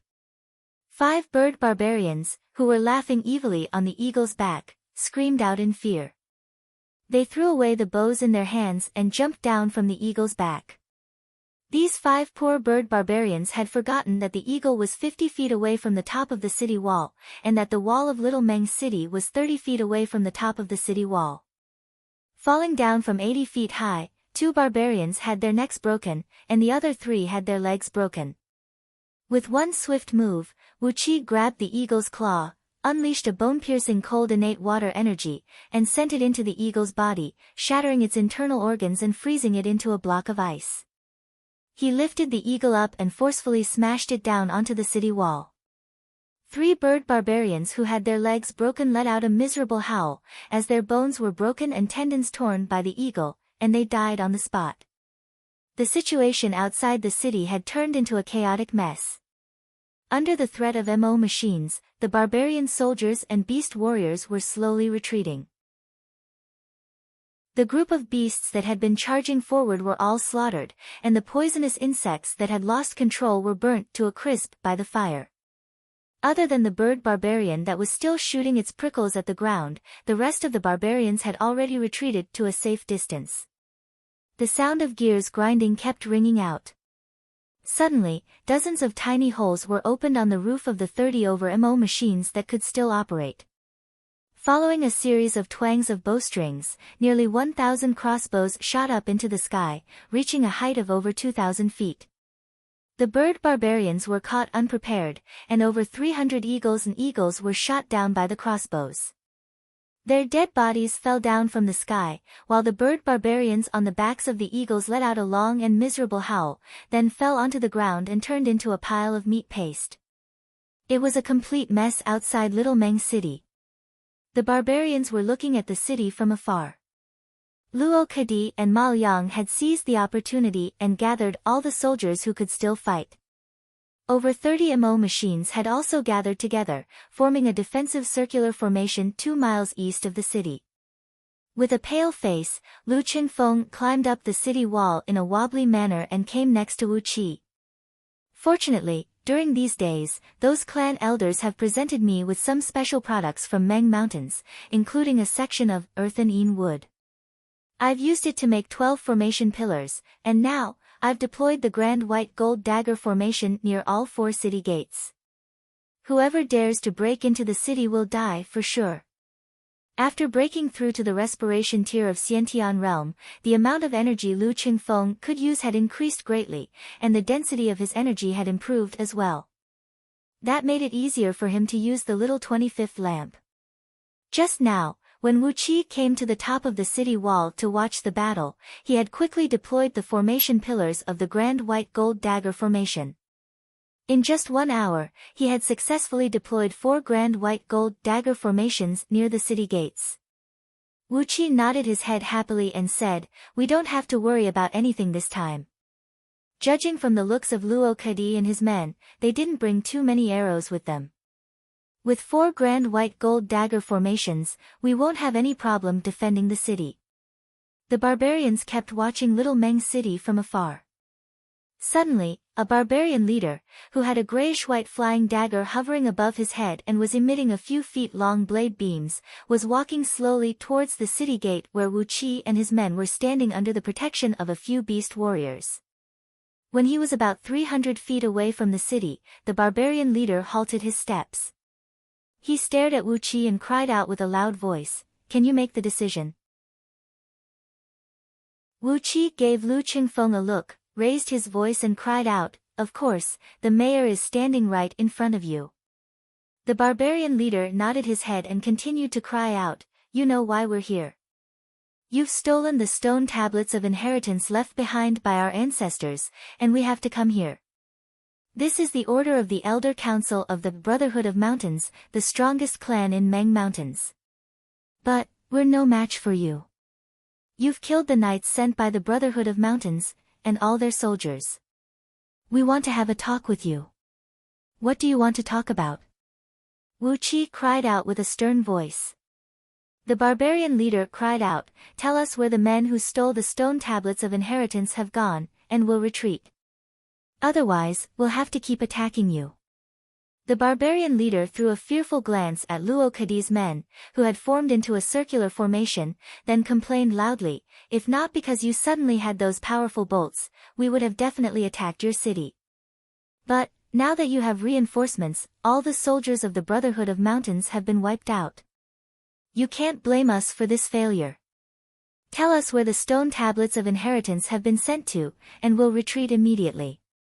We won't make things difficult for Little Meng City anymore." Wu Qi pondered for a brief moment, then he turned to look at Lu Qingfeng. While both men were exchanging glances, suddenly, from the only main street that connected Little Meng City to the outside world, a dense, muffled, thunderous clatter of hooves was heard. The ground was shaking, and dust was stirred up in the distance. About 10 minutes later, a team of cavalrymen, clad in heavy greenish-gray armor and riding on huge strange beasts with 2 horns, was seen approaching at top speed. Behind this team of cavalrymen was a long army of nearly 20,000 men. At the forefront of this team of cavalrymen was a luxurious flying coach, hovering 3 feet above the ground and driven by 3 tricolored deer. A beautiful girl was anxiously poking half of her body out from the window of the coach. Although she was still far away, she had already started calling out loudly. "Qingfeng, my son, don't be afraid. I'm here, and no one can touch even a single hair of yours." Chapter 60. After listening to Tai Yuewu's words for a full 15 minutes, Lu Qingfeng raised his head up and said in an indifferent tone. After a long period of work, they finally moved away those broken bricks, tiles, beams, and pillars that blocked the city gate, and cleared out 4 paths into the city. A part of the men brought by Tai Yuewu followed her into the city, while the rest of the soldiers set up their camps outside the city. Lu Qingfeng rose to his feet and said with a dry and respectful yet emotionless voice, "Mother, please come to the mayor's mansion. If there's anything you want to discuss, let's discuss it in the mayor's mansion. The smell of blood here is too strong, and it will be disrespectful to Mother." The door on the side of the coach was kicked open by someone with brute force. Tai Yuewu, who was clad in a luxurious black palace dress, looking proud and beautiful like a fiendish phoenix, held her head high and walked slowly out of the coach with the help of 2 serving ladies. Lan Xiaozi, who was covered in blue scales and had a 2 feet long snake tongue sticking out from his mouth, was following beside Tai Yuewu with an air of arrogance, staring at Luo Kedi with his deep and vicious eyes. Tai Yuewu waved her hand in a disgusted manner and said, "You can leave now." Lu Qingfeng walked forward slowly without any change in his expression. He knelt down respectfully on the ground that was covered in blood and mud, kowtowed a few times to Tai Yuewu and said, "Greetings, Mother. May I know what is the purpose of Mother's visit from afar?" Under the command of Tai Yuewu, the mountain-crushing cavalry of Lu family had surrounded the Crocata's cavalry of Yulin army. Little Meng City is my first foundation in the Lu Kingdom. Mother, please guard this place well for me, and don't let anyone invade it. Luo Kedi let out a miserable howl, hugging his thigh that was bleeding profusely and shivering violently. Tai Yuewu sat behind the table placed right in the middle of the hall, and slowly told him the identity of Lu Qingfeng's biological father, as well as what had happened recently. After that, Tai Yuewu continued in an indifferent tone, "For your own good, for your mother's sake, and for the sake of your grandfather's family, you have to return to Ji City with the quickest speed, and inherit everything left behind by your father." Wu Qi felt a chill running down his spine. He sized up Tai Yuewu from top to bottom and sighed with emotion in his heart. Tai Yuewu sneered. Suddenly, she pointed her finger at Luo Kedi. Lu Qingfeng, who was sitting on the right side of Tai Yuewu with his head lowered, had a calm expression on his face. Tai Yuewu snorted coldly and said, "Luo Kedi, how dare you?" Luo Kedi's facial expression turned ugly. He gritted his teeth and looked at the huge 3-leaved pansy emblem on the chest of the mountain-shattering iron cavalry. He then asked in a cold voice, "Madame Ruyang, what are you doing? Didn't our princess reach an agreement with your Lu family?" If the Crocata's cavalry was a surging flame, then the mountain-crushing cavalry would be a stable mountain. Perhaps it was because the Lu family was wealthier than the royal family of the Lu kingdom, but no matter how Wu Qi looked at them, he felt that the armors and weapons of these 8,000 mountain-crushing cavalrymen were much better than those of the Crocata's cavalry of the Yulin royal guards. Tai Yuewu had a bright smile on her face, but in her heart, she was shocked to the extreme. Without the help of his clan, without taking any miraculous pills, and without the personal guidance of a Xiantian realm expert, how did Lu Qingfeng manage to break through into the Xiantian realm? And how did he manage to keep a Xiantian expert by his side? This was simply impossible. Lan Xiaozi, who was coiled behind Tai Yuewu, let out a sharp hiss. With lightning speed, she leaped out and bit Luo Kedi's thigh. Luo Kedi let out a miserable howl, and his body suddenly fell to the ground. Ma Liang moved like lightning. He pulled out a dagger and swung it forcefully, slicing off 1 kilogram of flesh from Luo Kedi's thigh, cutting off all the flesh near the bite wound of Lan Xiaozi. Tai Yuewu immediately turned to look at Lu Qingfeng with astonishment, then she glared fiercely at Wu Qi. Her pretty face was like a blooming flower in spring. She had a very charming smile on her face as she said, "Io, my dear son, you actually have the cultivation base of Xiantian realm? And, how should I address you, little brother? To be able to reach Xiantian realm at such a young age, what a rare feat." Wu Qi looked curiously at the mountain-crushing cavalry. Their mounts seemed to be a hybrid between a cow and a horse. They had the head of a cow and the body of a horse, and had a sturdy build. There were two sharp horns protruding from the top of their heads, and when they were clad in heavy greenish-gray armor, they gave off the impression of a small moving mountain. The mountain-crushing cavalry's cavalrymen were also burly men with exceptionally sturdy builds. They were clad in fully enclosed heavy armor, and each of them held a short mace in their hands. They looked mighty and heavy, and looked extremely intimidating. When Lu Qingfeng saw Tai Yuewu rushing over with the Lu clan's mountain-crushing cavalry, he couldn't help but widen his eyes.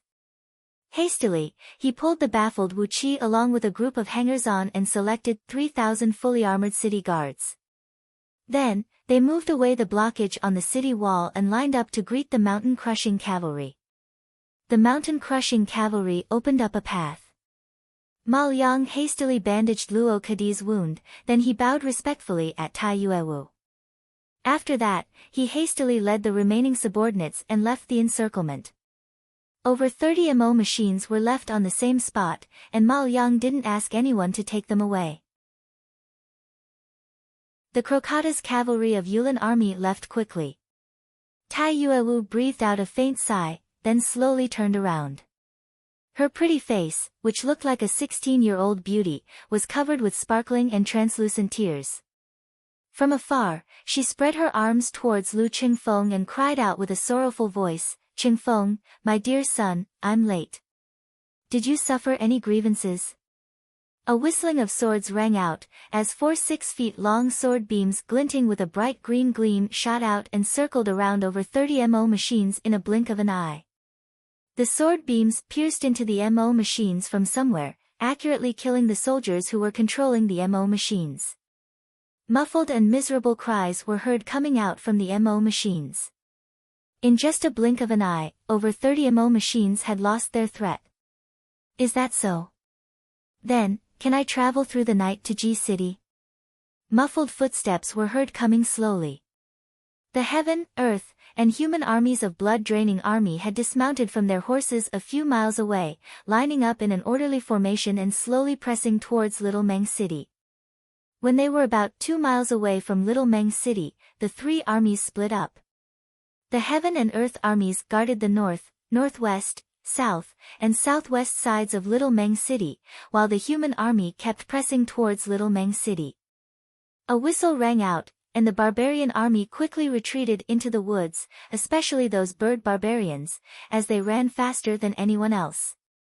A great amount of feathers came raining down from the sky, and together with the shrill cries of birds, these bird barbarians transformed into a dark cloud and flew away. Tai Yuewu nodded her head slowly. With the help of her serving lady, she returned to the flying coach. Almost instinctively, Luo Kadi raised his right hand up high.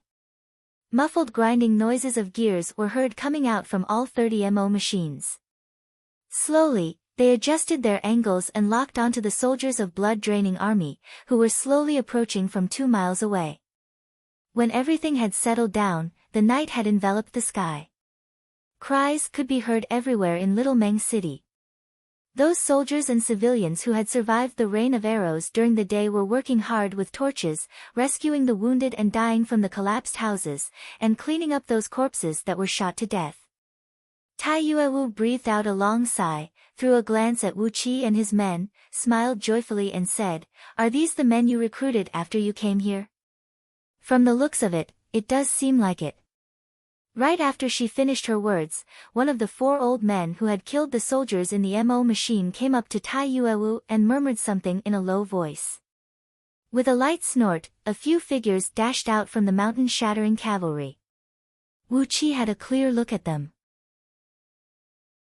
They were 4 old men who were clad in a long black robe, and the back of the robe was embroidered with a cloud pattern. Judging from the powerful aura emanating from these 4 old men, they should have the cultivation base of Xiantian Unity God and above. Even in the Lu family of Liang, there weren't many warriors of Xiantian realm. How did Lu Qingfeng do it? In the mayor's mansion, the atmosphere was extremely weird.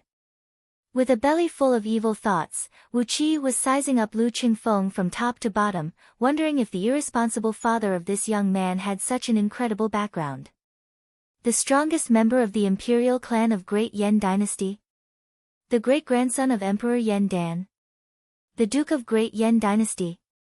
Didn't that mean that Lu Qingfeng had become one of the core and strongest members of the imperial clan of Great Yan Dynasty? Luo Kadi stopped talking and was about to shout out, but Mao Yang quickly stepped forward and bowed deeply at Tai Yuewu. "You're right, madam. General Luo is just taking it for granted. This trip has nothing to do with the princess. I hope madam will be merciful and let us leave."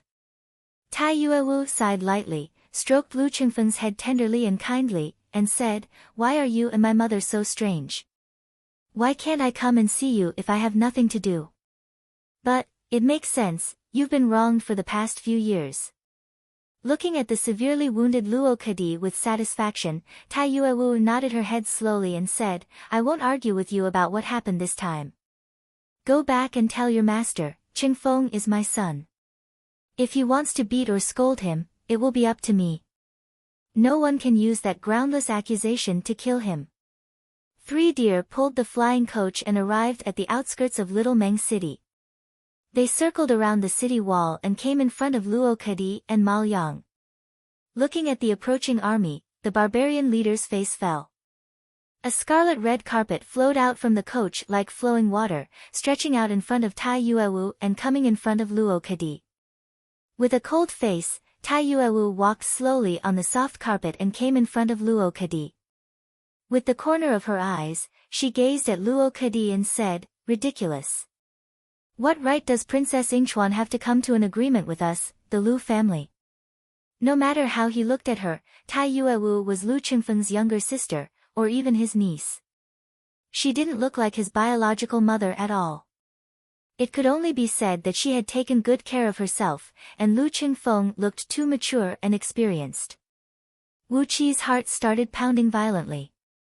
He recalled what Lu Qingfeng had told him not long ago, something related to the cultivation sects of Great Yan Dynasty. Luo Kadi glared at her and was about to say something, but Mao Yang quickly pulled him back and came in front of Tai Yuewu. He bowed, laughed dryly and said, we dare not. How could we go against madam? Regarding what happened today, we'll just do as madam says. I hope madam won't blame us. We've offended you in some way.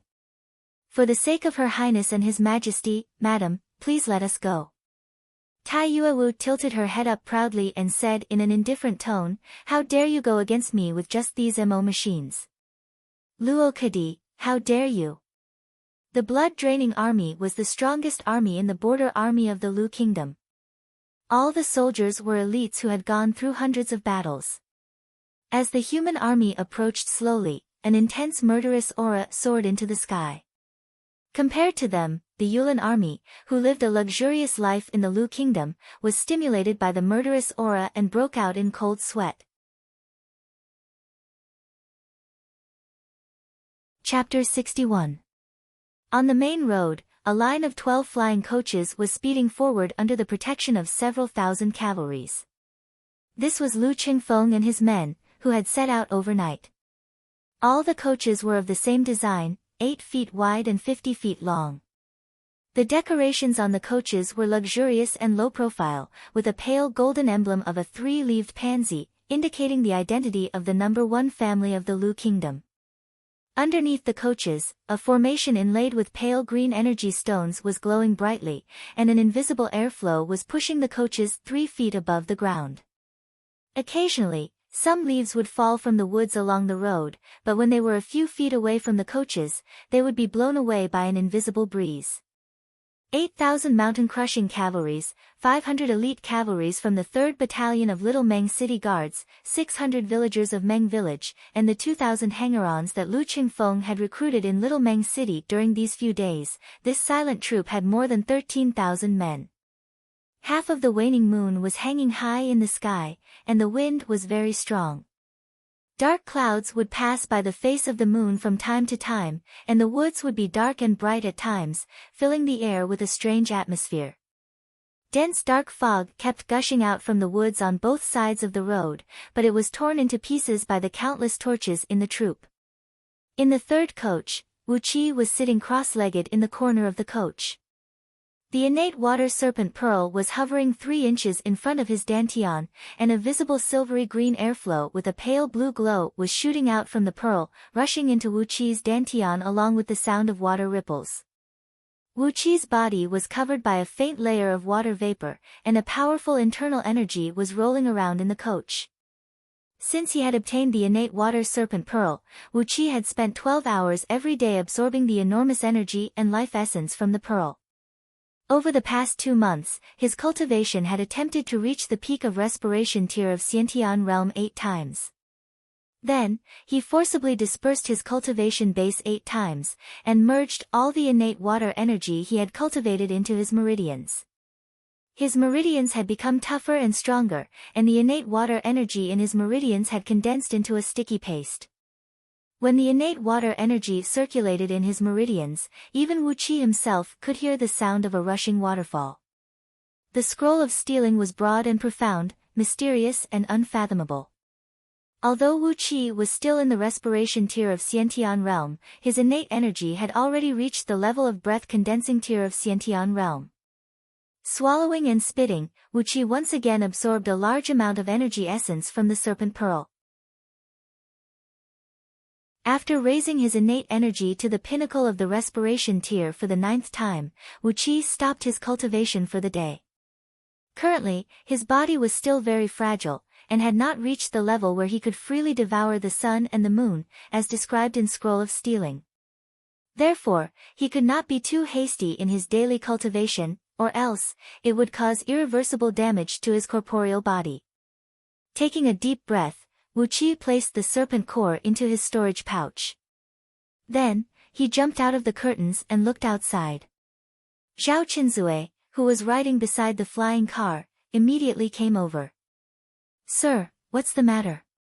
He turned his head around and looked at the mountain-breaking cavalry, who were charging forward silently with torches in their hands. Wu Qi lowered his voice and said, "Inform Zhang Hu, Hu Wei, Xiao Bai, and the others. Keep your spirits up, keep your eyes open, and follow closely behind young master's coach. Don't fall behind, and be ready to react at any time." Zhao Qinzui answered with a deep voice. He quickly glanced around with his malicious eyes, slowed down his ride, and spread Wu Qi's words to his men. Lu Qingfeng, who was using the little 25th lamp to craft an array pillar, breathed out a long sigh of relief. He placed the completed array pillar in front of him and looked at it with satisfaction. There were 6 array pillars, glinting faintly with a yellow gleam and shrouded in a faint earth element energy. These were the array pillars of the Earth Spirit Armor Array that Lu Qingfeng had the ability to craft after he stepped into the realm of Xiantian. It was the most basic defensive array of the Earth Element Array. He had the Grand White Gold Dagger Array for offense, and the Earth Spirit Armor Array for defense. With one attacking and the other defending, although Lu Qingfeng only had the cultivation base of respiration tier of Xiantian realm, he could at least handle the joint attack from 2 to 3 warriors of Unity Deity realm who didn't know anything about arrays. Or put it in another way, he alone could handle the assault from a group of less than 300 elite heavy cavalries. The Tao of Array had always been this magical. Rubbing his palms and shoving the array pillars into the storage pouch, Lu Qingfeng fiddled with the little 25th lamp, then asked thoughtfully, "Wu Qi, if I can inherit the title of nobility and fief left behind by that man, what do you want?" Putting down the window curtain, Wu Qi leaned lazily on a pile of comfortable fur cushions, smiled and said, "Young master is really considerate. Why don't you recommend me to an immortal sect in Great Yan Dynasty? For those who have reached the realm of Xiantian, who doesn't want to take another step forward?" Lu Qingfeng nodded his head, put down the lamp, looked at Wu Qi and said, "All right. All the great noble clans of Great Yan Dynasty will take in some cultivators for their own use. The only person I can rely on and have the aptitude to cultivate is you. With the identity of Zhuoguozheng of Great Yan Dynasty, it won't be a problem for me to entrust an immortal sect to cultivate a few trusted cultivators for me. After listening to Lu Qingfeng's words, Wu Qi nodded his head satisfyingly. He pondered for a while, then said, "So, the most important issue for us now is to ensure that young master can inherit everything left behind by Zhuo Guozheng. What's the arrangement for young master's mother?" Lu Qingfeng let out a mocking laugh, then lay on the soft brocade mattress with all his limbs spread out, without caring about his image. He said with an indifferent tone, "My father has personally sent all the assassins of Lu clan to the 9 dynasties to assassinate those nominal brothers of mine, ensuring that I'll be the first one to arrive at Ji City. My maternal grandfather has also sent all the scouts in his army to cooperate with the assassins of Lu clan." Pointing at his own nose, Lu Qingfeng said leisurely, "Wu Qi, your young master is now the most popular person in the world." Wu Qi nodded his head slowly and said, "If that's the case, we just need to hasten our journey. Besides your mother, maternal grandfather, and the clan leader of Lu clan, who else knows about young master's identity?" Lu Qingfeng said with a cold voice, "Besides you, me, and the 3 of them, no one knows that I'm actually the son of Yan Buji." Wu Qi immediately breathed out a sigh of relief. He counted with his fingers and said, "If that's the case, at least before we enter Ji City, we won't be in any danger." The large group of men and horses continued their journey at top speed, following the only main road that led from Little Meng City to the outside world. After traveling for over 400 miles in just one night, they had left the mountainous region of Meng Mountains and entered the flatland outside the mountains. When the sky was about to break, following the deep and muffled clatter of hooves, the large group of men and horses rushed out from the mountains. Suddenly, from a patch of barren land by the roadside, a loud and hoarse cry was heard. The cry sounded like the howl of several hundred wild wolves who were forced into a desperate situation. It was sharp and sonorous, filled with a dreadful aura that could make one's hair stand on end. Wu Qi could hear it clearly. Amidst the howl, the clearest voices were the voices of Luo Kadi and Ma Yang. Along with their cries, he could hear the clashing of weapons and the cracking of bodies. Abruptly, Wu Qi pulled back the curtain. In a small depression 1 mile away from the roadside, over 30,000 soldiers were besieging the Crocata's cavalry of Yulin army, who had less than 300 soldiers left.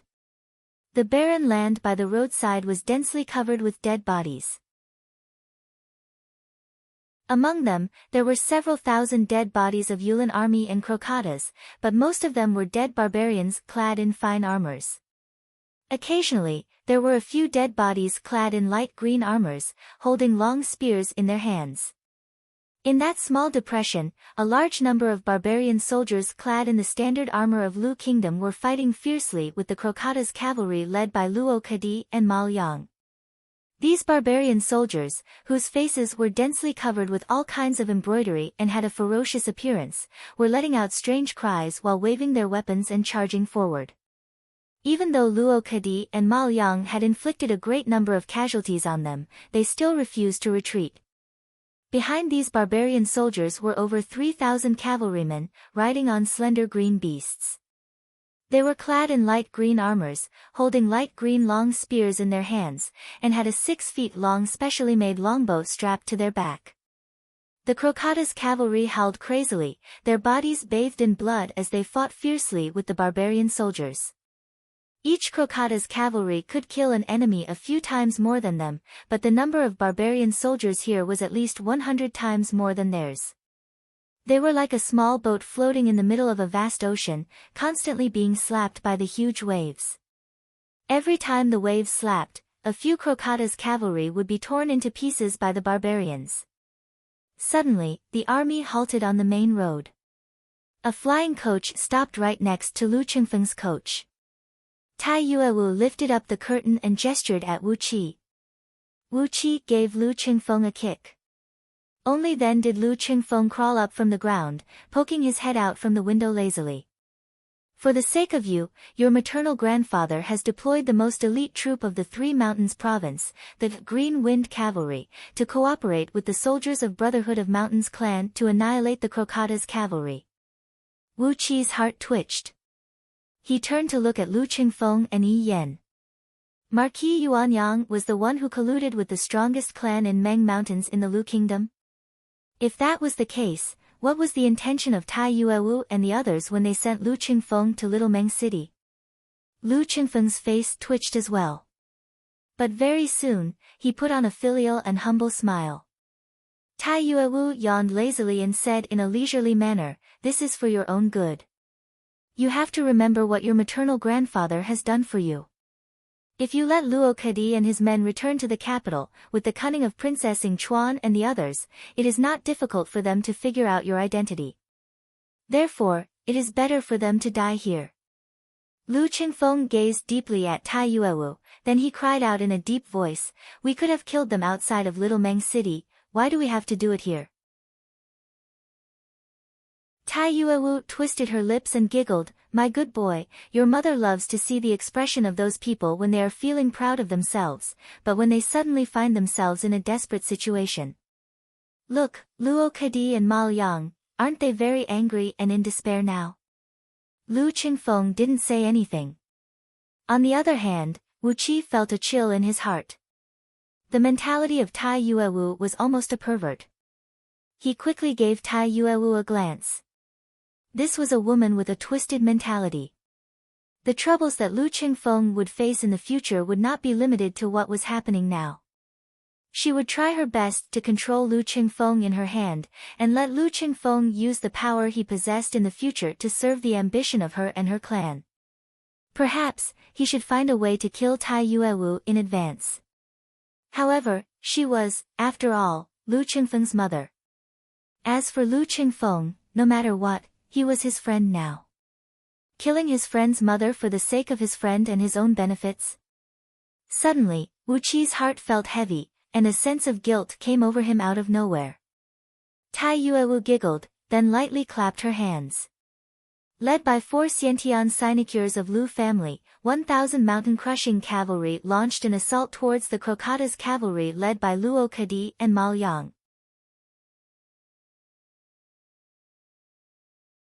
Chapter 62. Luo Kedi and Mal Yang exchanged a glance. The last strand of disloyalty in their hearts had vanished without a trace. Nowadays, the vassal kingdoms of Great Yan dynasty were in constant disputes, and the territories of these kingdoms were not peaceful either. But, for a direct descendant of a wealthy family to travel with over 4,000 guards and hangers-on, it was a little too exaggerated. But, if there were several dozens of carriages of gold and jade jewelry accompanying him, it would make sense. The enormous convoy traveled day and night, braving the wind and rain as they headed towards Ji City. Wu Qi looked at both men and said in an indifferent tone, "In about 20 days, we will arrive at Ji City. Before we arrive at Ji City, you will need at least half a month to circulate your energy and restore your cultivation. Today is your last chance. If you don't submit to our young master today, you will be useless in a few days." From the Lu Kingdom to Ji City, the capital city of Great Yan dynasty, they had to cross through 7 vassal kingdoms, namely the Gao Ling Kingdom, Wen Kingdom, Lishan Kingdom, Gao Kingdom, Hu Kingdom, Jilet Kingdom, and the 3 Song Kingdom. Among these 7 kingdoms, the Gao Ling Kingdom and the Lu Kingdom were mortal enemies. Every 3 to 5 years, a big or small war would break out between the 2 kingdoms. As for the other 6 kingdoms, they were either on friendly terms or hostile terms. Ignoring the attitude of both men, Wu Qi told them the background of Lu Qingfeng's birth in full detail. He also told them that Lu Qingfeng had gained an absolute advantage in the struggle to inherit Yan Buji's legacy. If nothing unexpected happened, Lu Qingfeng would become the Duke of Great Yan dynasty, the supreme member of the imperial clan, the Zhuo of Great Yan dynasty who possessed a great amount of power. After spending half a year without moving, lying in the carriage like a living dead, Luo Kedi and Mal Yang had been tortured to the point that they would rather be dead than alive. A cultivator who possessed a spirit root and was born with a nascent embryo could break through the embryonic breath tier of Xiantian realm, form the Jin Dan, and become an earthwalker immortal. Luo Kedi had his eyes fixed on Wu Qi as well. He sneered and said, "What if we insist on not submitting to him? Facing Lu Qingfeng, who was about to inherit all of Yan Buji's legacy, two Xiantian warriors seemed to be nothing. Luo Kadi and Ma Liang were shocked when they heard this.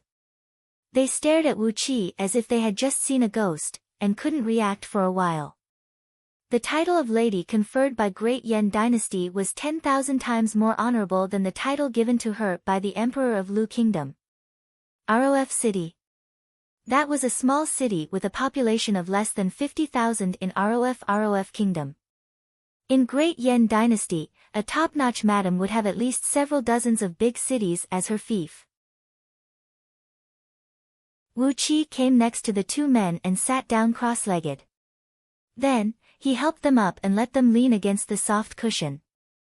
After 7 months of traveling day and night, 7 months of painstaking cultivation, after using innate water energy to strengthen his meridians 108 times in the respiration tier of Xiantian realm, he finally broke through the meridian cultivating tier of Xiantian realm. Although his current meridians were wider and tougher than other cultivators of body strengthening tier of Xiantian realm, it didn't stop him from tempering his meridians once again in the meridian cultivating tier. Sitting with his legs crossed, Wu Qi looked at the two men and breathed out a long sigh. Every 7 days, Wu Qi would come over and ask them if they were willing to submit to Lu Qingfeng.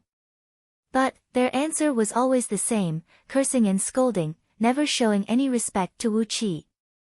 Later on, as their innate energies were sealed for too long, they had no strength left in their bodies, and they were too lazy to scold him.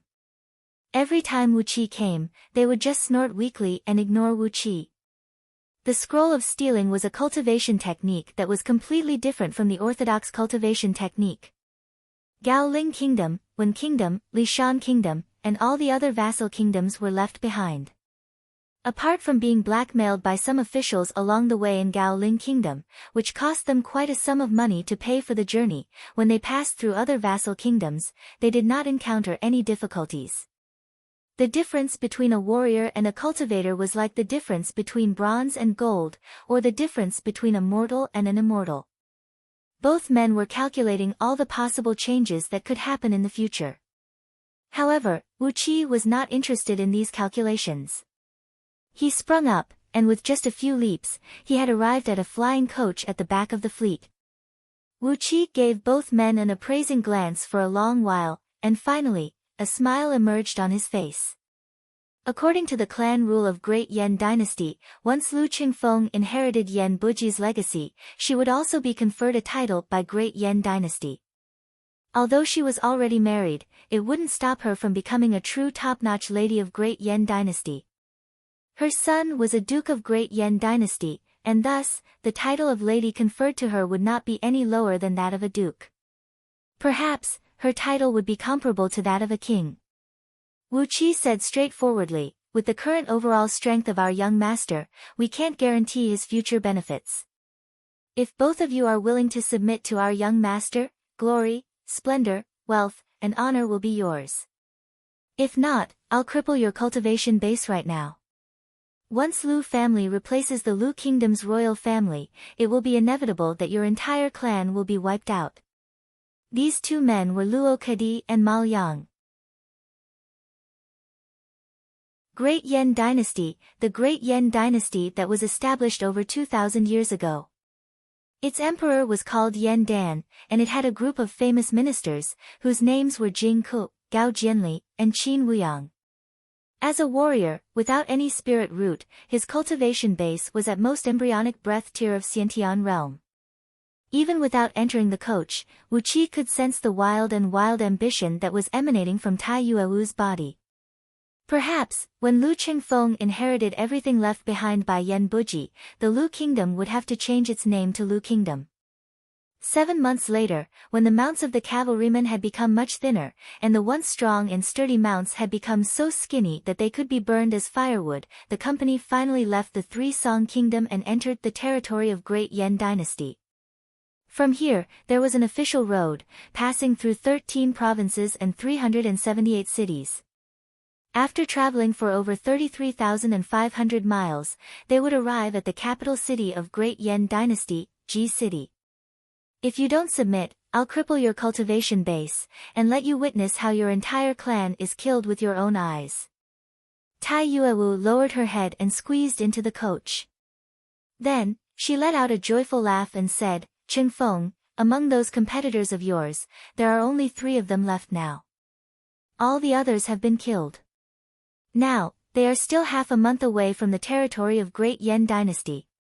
If nothing goes wrong, all the belongings left behind by your father will be yours now.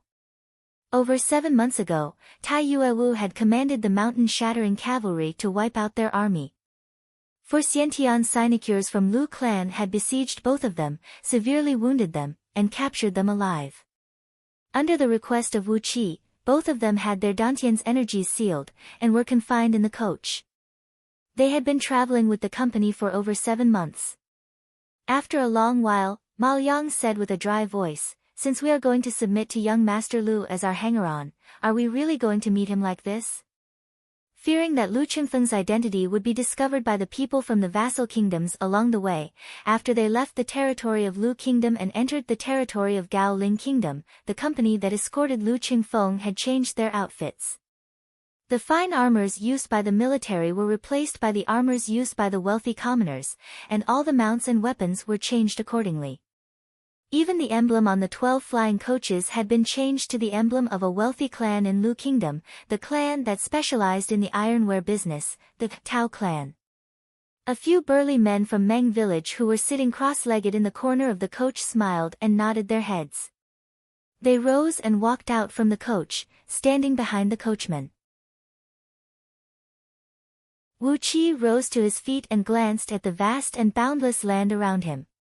Slowly, a stream of water vapor sprayed out from his mouth to a distance of 30 feet. The fist-sized innate water serpent pill rolled up into the air, obediently flying back into his storage bag from his dantian. Suddenly, a melodious cry of an eagle was heard coming from the sky. A small white eagle swooped down from the sky, transformed into a white beam and squeezed into Tai Yuewu's coach.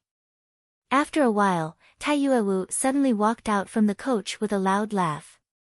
With just one step, she came up to Lu Qingfeng's coach. After entering the coach, Wu Qi took out a flint and lit up the white candle on the candlestick placed at the corner of the coach. Under the guise of going to Ji City to study, Lu Qingfeng and his company of over 4,000 men were traveling at the fastest speed towards Ji City. Wu Qi stared at Luo Kedi and Ma Liang, who had an unsightly expression on their faces, mockingly and said, to be honest, 2 Xiantian warriors do not mean much to our young master. You are not cultivators of Xiantian realm. You should know very well the difference between the value of a warrior and a cultivator. Lu Qingfeng's cold voice was heard coming from the coach. He and Tai Yuewu began to calculate how they could smoothly obtain the things left behind by Yan Buji. Although the imperial family court of Great Yan Dynasty had made a decision that the child of Yan Buji who arrived at Ji City first would inherit everything he had, who knew if there were any changes in the decision? To many people in Great Yan Dynasty, the fief of 2 provinces was a great temptation. Ma Liang fixed his gaze on Wu Qi and said with a deep voice, no matter what, we are still Xiantian grandmasters.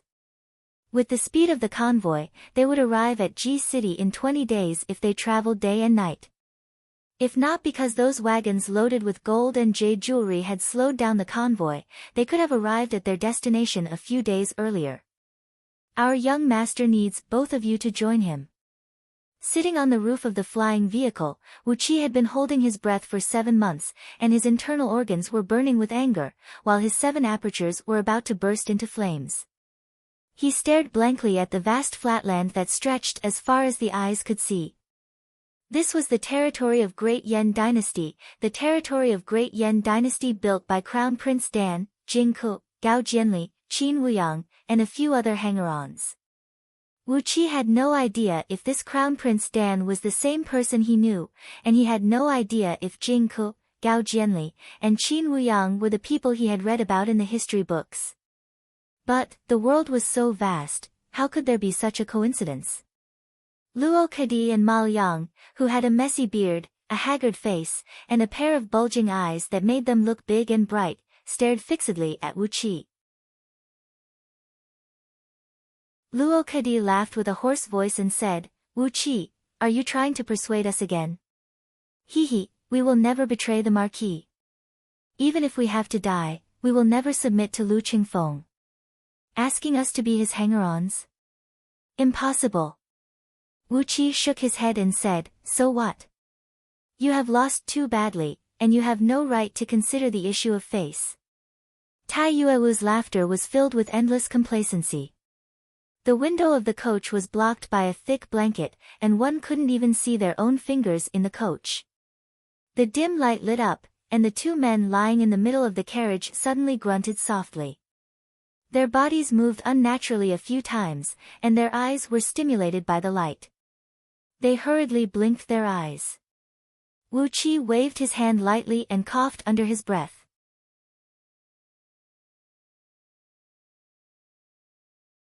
Chapter 63.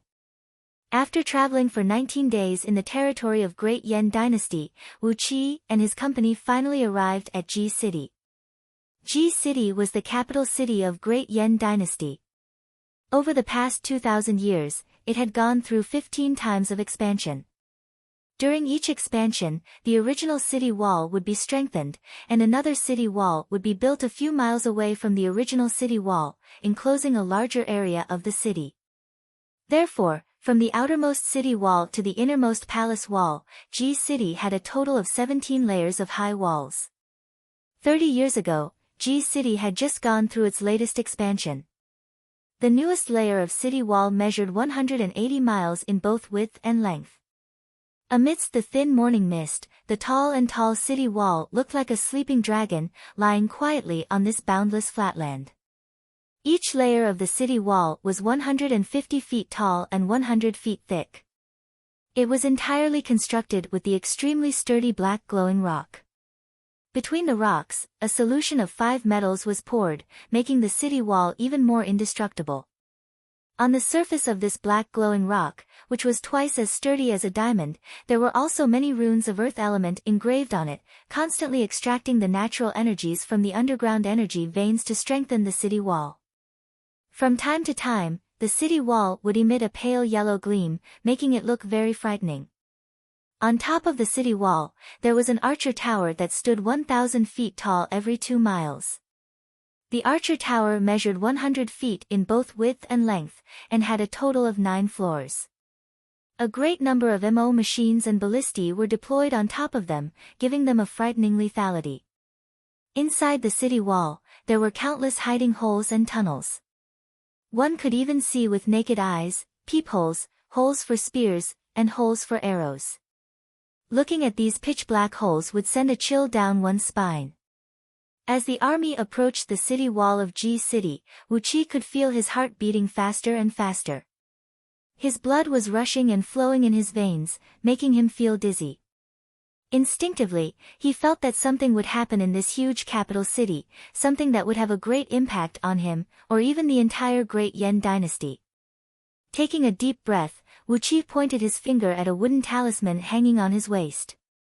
A few simple runes on the wooden talisman flickered with a bright light, and a faintly discernible force spread out from the wooden talisman, covering the ripples of Wu Qi's innate energy. From the looks of it, Wu Qi was just an ordinary martial artist with 30 to 40 years of inner force cultivation. Lu Qingfeng, Luo Kedi, and Ma Liang also injected a stream of innate qi into the wooden talismans hanging on their waists, concealing the aura of their inner energy. The 4 aura-concealing talismans were personally made by Lu Qingfeng. They were also the last practical talisman that Lu Qingfeng knew besides the Earth Spirit Armor Array and the Grand White Gold Saber Array. With the help of the chief steward of the Tao clan of the Lu Kingdom, the procession entered Ji City smoothly. The soldiers at the city gate did not even check if there were any contraband items in the convoy, and just let them into the city.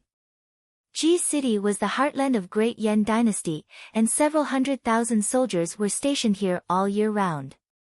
There were countless personal guards from various prestigious clans living in the city, and no one knew how many experts were hiding in the city. Wu Qi and his company were merely 4,000 guards. For the enormous Ji City, they were like a drop of water thrown into a great lake, unable to stir up any ripples. The enemy did not take them seriously at all. They marched along the main road that was 300 feet wide, passing through 13 layers of city walls.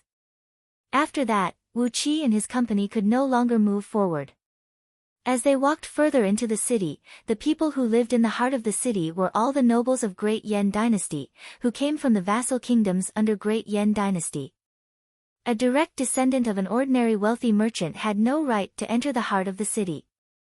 After a period of bustle, the Lu clan of Liang had bought a large mansion in the city, which could accommodate over 5,000 people. Welcomed by the chief steward of Liang Lu clan in Ji City, the procession was stationed in the mansion. After that, Wu Qi immediately ordered Zhang Hu, Hu Wei, and a few other men to arrange the guards on duty. After hastily taking a bath and changing her clothes, Tai Yuewu immediately sent the chief steward of Lu clan in Ji City, Lu Qilua, to lead the way. Together with 3 carts of gold and jade jewelry, they rushed to pay a visit to the current patriarch of Great Yan Dynasty, the Duke of Yanqing, Yu Xian. The Duke of Yanqing, Yu Xian, was the 392nd grandson of Emperor Yan Dan. He was good at scheming, loved money and women, and valued profit over righteousness.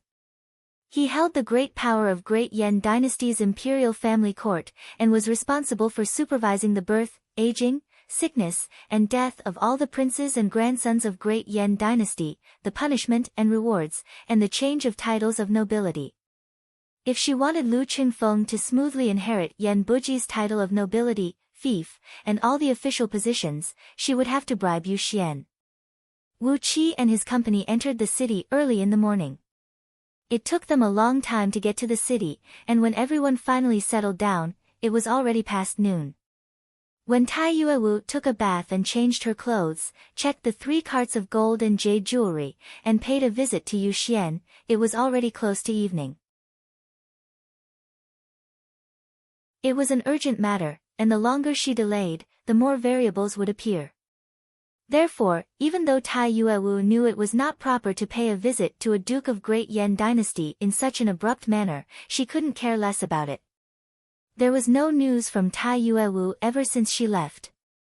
From evening till the moon hung high up in the sky, Tai Yuewu didn't come back, and neither did she send any guards to inform Wu Qi. Gradually, not only Lu Qingfeng, even Wu Qi began to feel a little anxious. Lu Qingfeng was sitting in the main hall with both hands hidden under the table. His fingers were trembling violently. On the other side, Wu Qi had his hands clasped behind his back, walking slowly in the courtyard like a fish swimming in the water. His footsteps were light, but he didn't stir up any dust or make any noise.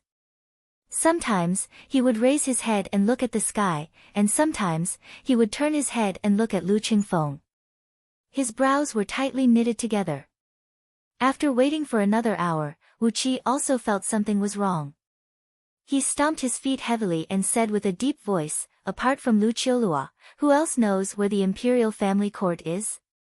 Get someone here, bring me there and show me the way."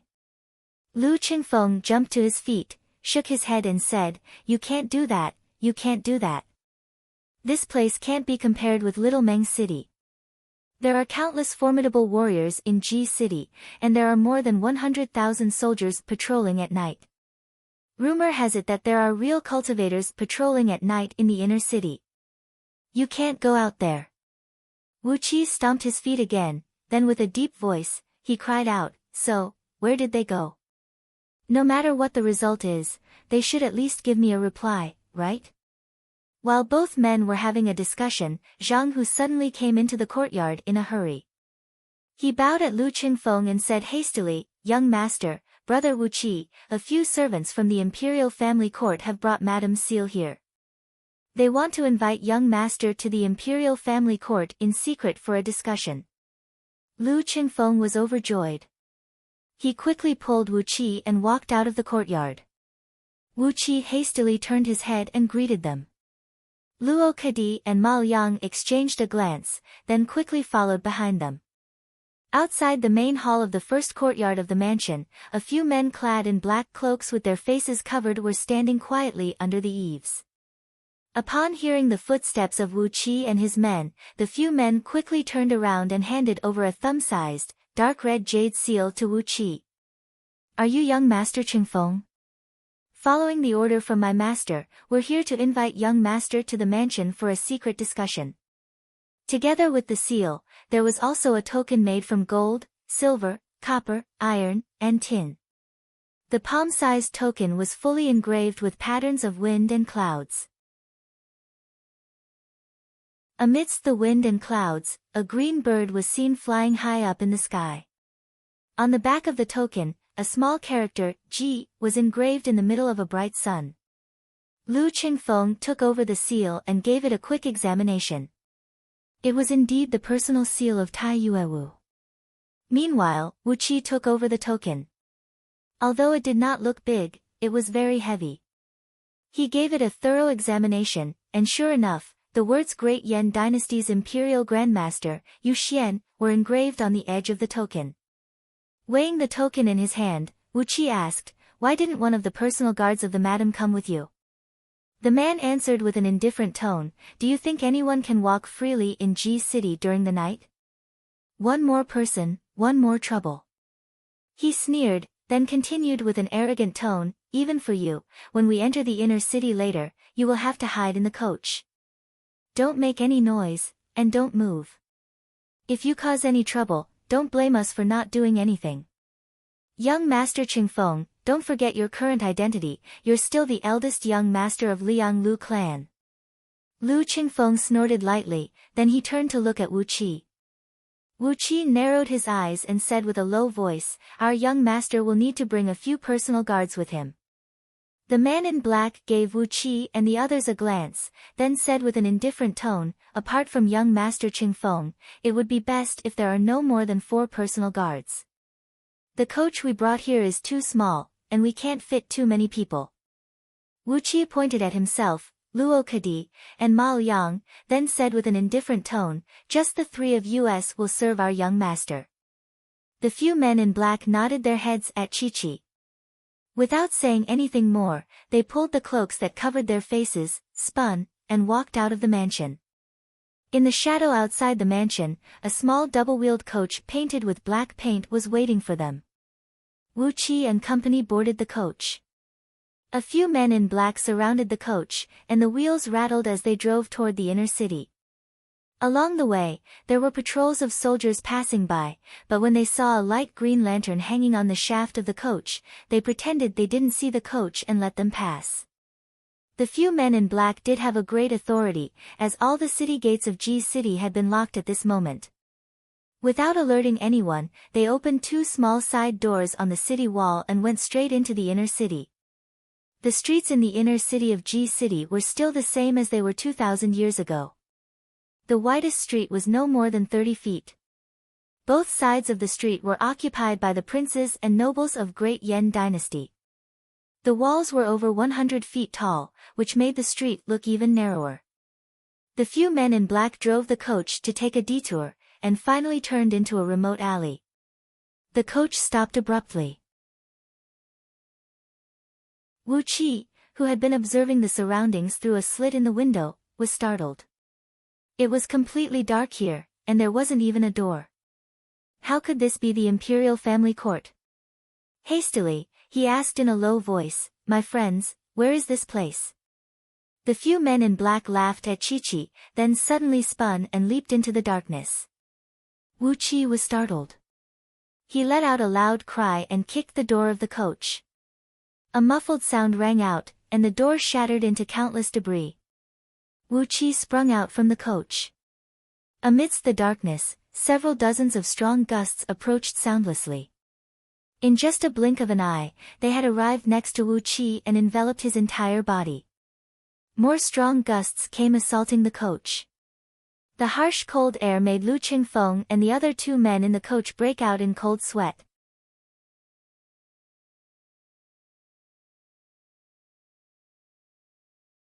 Chapter 64. The Inner City of Ji City.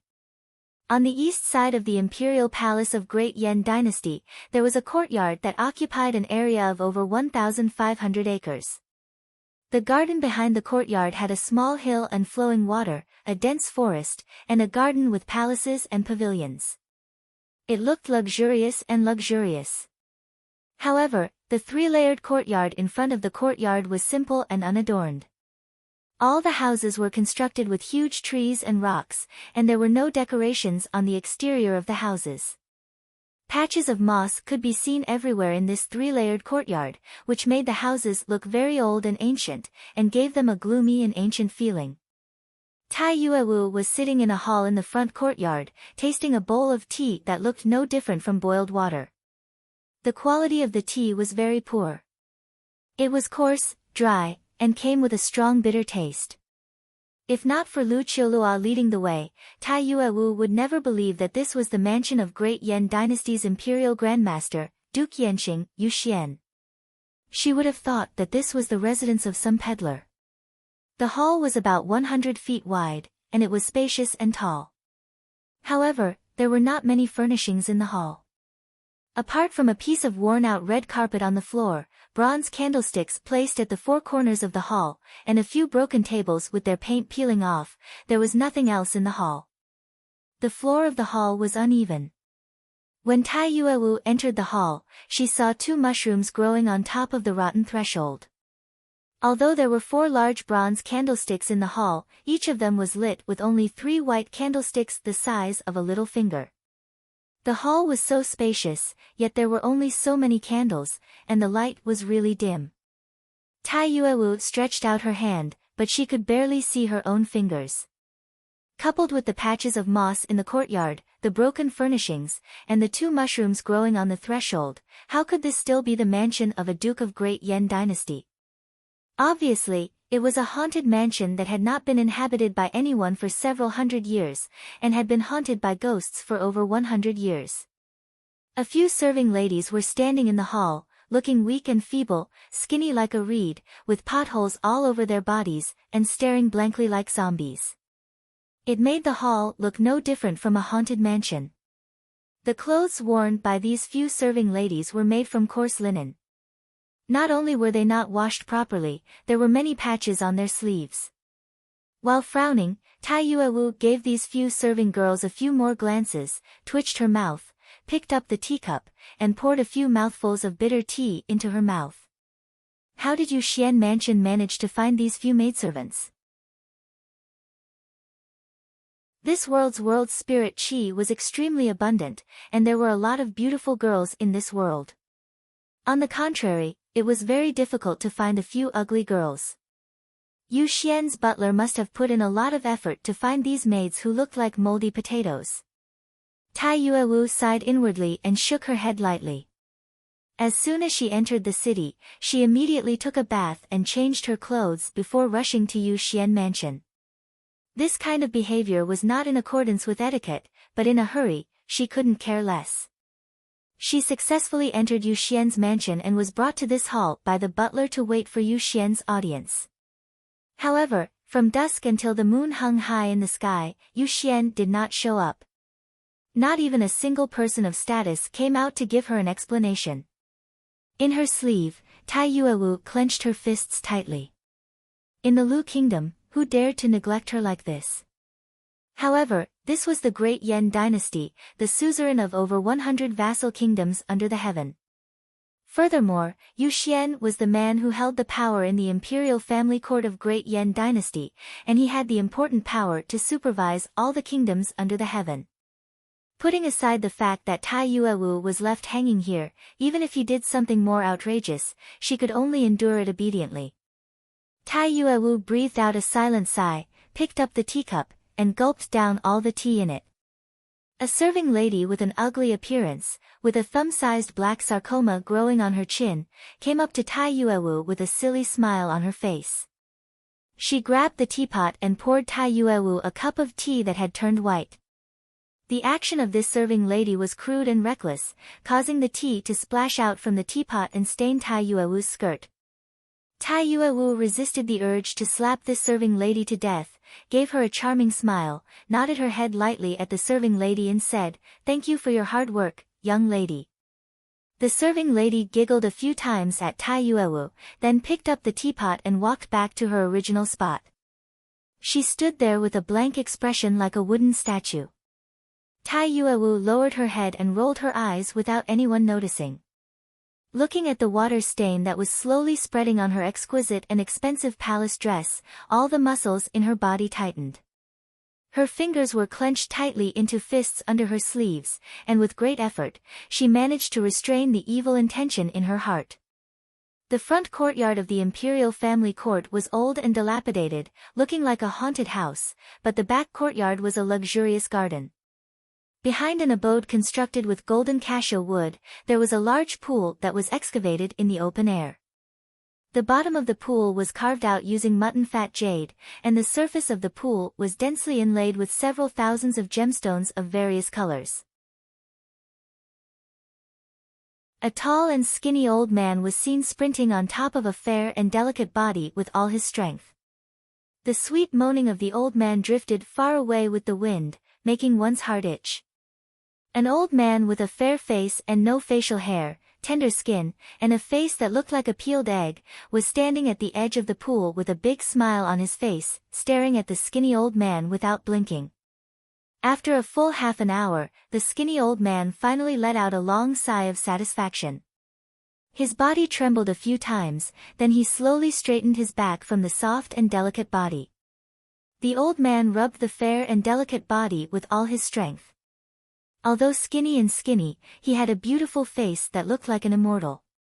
He asked with an indifferent tone, "Is that girl from Lu family still here?" The old man smiled and said, "Yes, she is. I've asked someone to inspect the 3 coaches she brought here just now. There are no common things like gold or silver in them, but only pearls, hawksbill turtles, energy stones, beast cores, and some other good stuff. Although the number is not much, I think its value should be at least 3 million gold coins." The skinny old man, the imperial Grand Master of Great Yan Dynasty, Duke Yan Xinggong, Yu Xian, had his eyes lit up and said, "Oh? 3 million gold coins. This is just a small clan in the Lu kingdom, but they do have some wealth." Yu Xian let out a long sigh and patted the body of the girl he was sitting on. He stood up, frowned and said, I've miscalculated. I thought that a small clan in the Lu kingdom, who only brought 3 coaches worth of stuff, could not be worth much. That's why I left her there. I didn't expect that there were actually 3 million gold coins. This is a heavy gift. She brought such a heavy gift to me, yet she neglected it. If this news gets out, my reputation will be ruined." The old man laughed dryly and explained in a low voice, "I can't blame you, my lord. It's my fault for not doing my job well. The things in those 3 coaches are not ready-made gold or silver. As for how much those treasures are worth, I can't tell for sure, can I? That's why I asked 2 old shopkeepers who are knowledgeable in treasures to help me appraise them. It took me a long time to finish appraising the value of all the treasures in those 3 coaches." Yu Xian sighed, shook his head and said, "No, it's still not right. I've miscalculated today, I've miscalculated. If this news gets out, my reputation will be ruined. Hurry up and help me change my clothes. I need to get this done as soon as possible." More than a dozen naked and charming young girls quickly walked out and helped Yu Xian quickly change his clothes. Blinking his eyes for a few times, Yu Xian pulled the few strands of beard on his chin, frowned and pondered for a while, then strode to a big tree next to the abode. He picked up a pebble the size of a toddler's head from under the tree, then fiercely smashed it on his own face. A miserable howl rang out, as Yu Xian had smashed his nose, causing 2 streams of blood to spray out. Yu Xian sighed lightly, then signaled the serving ladies to quickly stop the nosebleed. After that, he carefully applied some makeup on his face. Looking at the puddle of blood on the ground, Yu Xian breathed out a long sigh and said, "Is it easy to earn some money in these days? I'm a duke, the imperial Grand Master of Great Yan Dynasty. For the sake of 3 million gold coins, for the sake of my reputation, I have no choice but to do this." Shaking his head, Yu Xian asked the old man in red robes, how much did you sell the information about Lu Qingfeng for? The old man hurriedly took a few steps forward, smiled and said, the information about Lu Qingfeng was sold for 10,000 gold coins, and the imperial family court token you made privately was sold for 50,000 gold coins. Don't worry, I've done everything well. The 60,000 gold coins have already been deposited into the inner treasury. Yu Xian nodded his head satisfyingly, pulled his burlap clothes, breathed out a long sigh and said, that's good, that's good. Isn't it just to earn some money? Do you think it's easy for me? Just when Tai Yuewu was about to lose her patience from waiting and was thinking about how she could take revenge on Yu Xian, she heard a light cough coming from behind the screen in the hall. Yu Xian, who had a bloody nose and a swollen face, and there were even streaks of blood under his nose, walked out in a sorry state with the help of 2 ugly maidservants. Before Tai Yuewu could stand up and greet him, Yu Xian hastily came up to her, cupped his fist and apologized, I'm ashamed, I'm ashamed. Today, when I entered the palace to discuss some business, I accidentally fell from my mount and hurt my face. I've just woken up. Thank you for waiting for me for so long, I'm really ashamed. Looking at Yu Xian's sunken nose, Tai Yuewu was shocked. She quickly rose to her feet with a smile on her face and said, you're being too polite, old master. Rong Yang has been waiting for a long time, and the reason why Rong Yang paid me a visit is because of my son, Qingfeng. In those years, Rong Yang and Lord Zuoguozheng. When she said this, Tai Yuewu's face blushed, as if she wanted to say something, but stopped. Before Tai Yuewu could finish her words, Yu Xian said impatiently, I understand, I understand. Tomorrow, I'll do it for you. Qingfeng is the blood descendant of Great Yan Dynasty, and he is my grandnephew. We are not strangers. After a few laughs, Yu Xian let out a long laugh and said, Buji doesn't have any legitimate son, but he has left many descendants outside. We all know about that. Whichever son of Buji arrives in Ji City first will inherit his title of nobility and fief. This is also the decision made by the imperial family court. The sanctimonious Yu Xian's lustful eyes quickly ran over Tai Yuewu's voluptuous breasts. In a righteous manner, he said, as long as it is verified that young Master Qingfeng is the blood descendant of Buji, he will be the Zuoguozheng of Great Yan Dynasty. All these are my responsibilities, and yet, you still brought me 3 carts of gifts. You are treating me like an outsider. Before Tai Yuewu could say anything, Yu Xian laughed out loud and said, don't do this again. I've always been an honest and upright man, and I won't take any of these ill-gotten gains. However, since Qingfeng is my grandnephew, I'll make an exception and accept these 3 carts of local products. Little wooer, please keep the gifts brought by Madam into the storeroom. No matter what, they are Madam's sincerity. The old man answered hastily, then ordered his servants to drive the 3 carts into the inner courtyard. Yu Xian stared at Tai Yuewu with a smile on his face, who had a strange expression on her face. With a complacent expression, he said, if not because of Qingfeng, I would never accept the gifts brought by Madam. Madam, please take a look at this shabby courtyard of mine, and my clothes are so simple and crude. Normally, this duke doesn't take even a single cent of ill-gotten gains.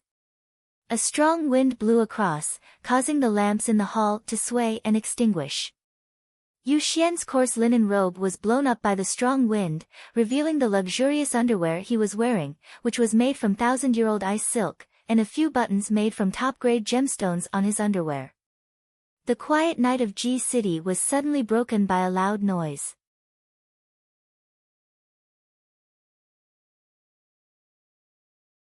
Chapter 65. Concentrating his innate water energy into his eyes, Wu Qi could clearly see what was coming at him from the darkness. It was a few dozens of triangular wind-breaking awls, each as thick as a finger and over a foot long. They were jet black and had an anti-reflective surface. These oddly shaped wind-breaking awls were exquisitely designed, and the craftsmanship was extremely high.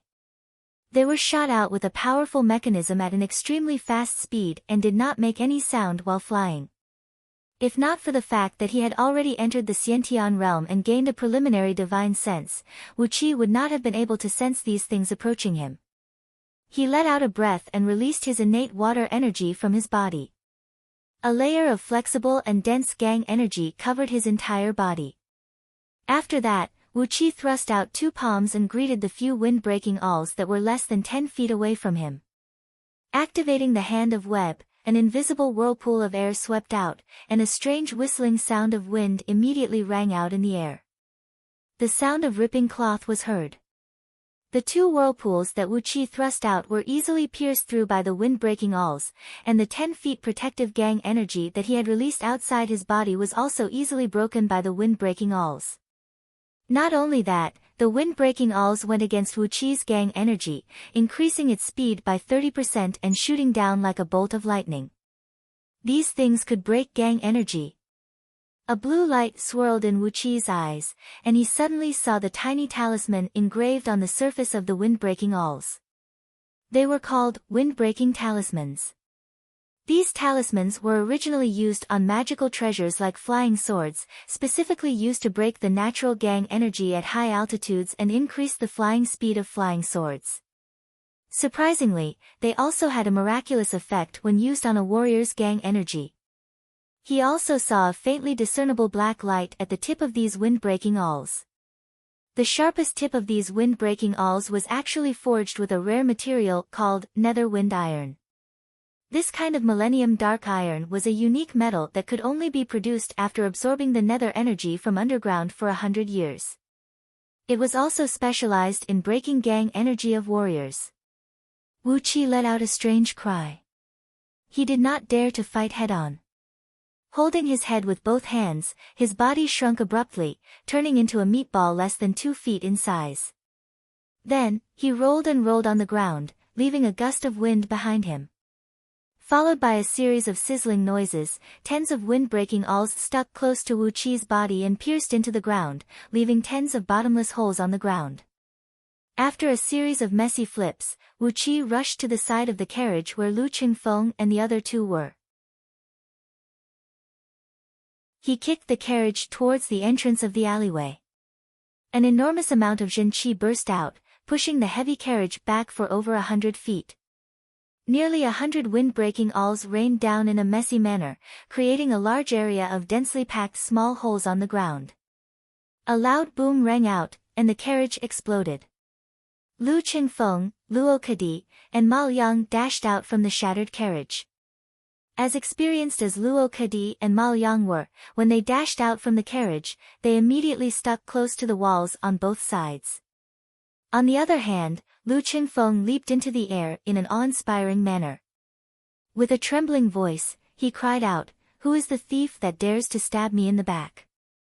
Aren't you afraid of the law of Great Yan Dynasty?" Looking at Lu Qingfeng, who was so awe-inspiring, Wu Qi was so frightened that cold sweat broke out from his body. He let out a strange cry, and his body that had shrunk into a meatball suddenly sprung up. Compared to Lu Qingfeng, his speed was 2 times faster. He grabbed onto Lu Qingfeng's ankle and forcefully threw him down to the ground. Lu Qingfeng cried out in fear as he was thrown down to the ground by Wu Qi. Helplessly, Wu Qi was sent flying up another 10 feet into the air along with the rebounding force. Suddenly, a light shout was heard coming from the top of the pitch-black wall, "Attack!" A muffled boom rang out, as if a small steel cannon was firing right next to Wu Qi's ears. 3 heavy crossbows, each as thick as a toddler's arm and measuring 13 feet long, were thrusting towards Wu Qi's chest with an ear-splitting whistle. These heavy crossbows were entirely forged with tungsten steel, and they were extremely heavy. It was unknown what kind of insane crossbow mechanism was used to shoot them out. Furthermore, the speed of these crossbows was 2 times faster than the wind-breaking awls. "Get out of the way!" Lu Qingfeng let out a wild cry. Right when he stood up from the ground, he immediately saw 3 heavy crossbow bolts shooting towards Wu Qi. He couldn't help but be scared out of his wits. As Wu Qi was hovering in midair, he couldn't exert any force, and there was no room for him to dodge. Abruptly, a cold blue gleam flashed across his eyes, as both of his hands quickly drew circles in front of his face. Innate water energy surged out from his body, transforming into dozens of rapidly spinning invisible whirlpools in front of him. The air was spinning at an incredible speed, producing an ear-splitting whistling noise. The friction between the air and the air brought up a faint white air explosion. In the blink of an eye, the 3 crossbow bolts had arrived less than 3 feet in front of Wu Qi. A loud boom rang out, as the 3 heavy crossbow bolts made from tungsten steel suddenly twisted into a twisted dough twist, then were rolled and spun by the invisible whirlpools in the air. The twisted crossbow bolts brushed past Wu Qi's body and flew for nearly half a mile away. Wu Qi felt a tremendous force coming right at his face, as if both of his hands had been brutally smashed by a heavy hammer. His innate water energy trembled violently, causing the innate energy inside his body to be thrown into disorder. A mouthful of blood sprayed out from Wu Qi's mouth, and with the momentum of the heavy crossbow bolts, he was sent flying backward for over 200 feet. Letting out a raging roar, Wu Qi's bravery burst out, and he suddenly let out a loud laugh. While laughing hysterically, he took out 2 9-cloud-piercing crossbows from the storage bag tied around his waist. Along with a series of cracking noises, 18 pure steel crossbow bolts were shot towards the direction where the heavy crossbow bolts came from. The crossbow bolts disappeared into the darkness, and suddenly, a shrill howl came from over 1,000 feet away. The sound of the crossbow bolts piercing through human flesh and bones was ear-piercing, followed by a muffled thud. Someone must have fallen from the top of the wall and fallen to the ground. Casually, he shoved 2 cloud-piercing crossbows into his storage bag, and with a wave of his hand, another 2 crossbows appeared out of nowhere. Another 18 pure steel crossbow bolts were shot out, followed by another 18 bolts, and another 18 bolts.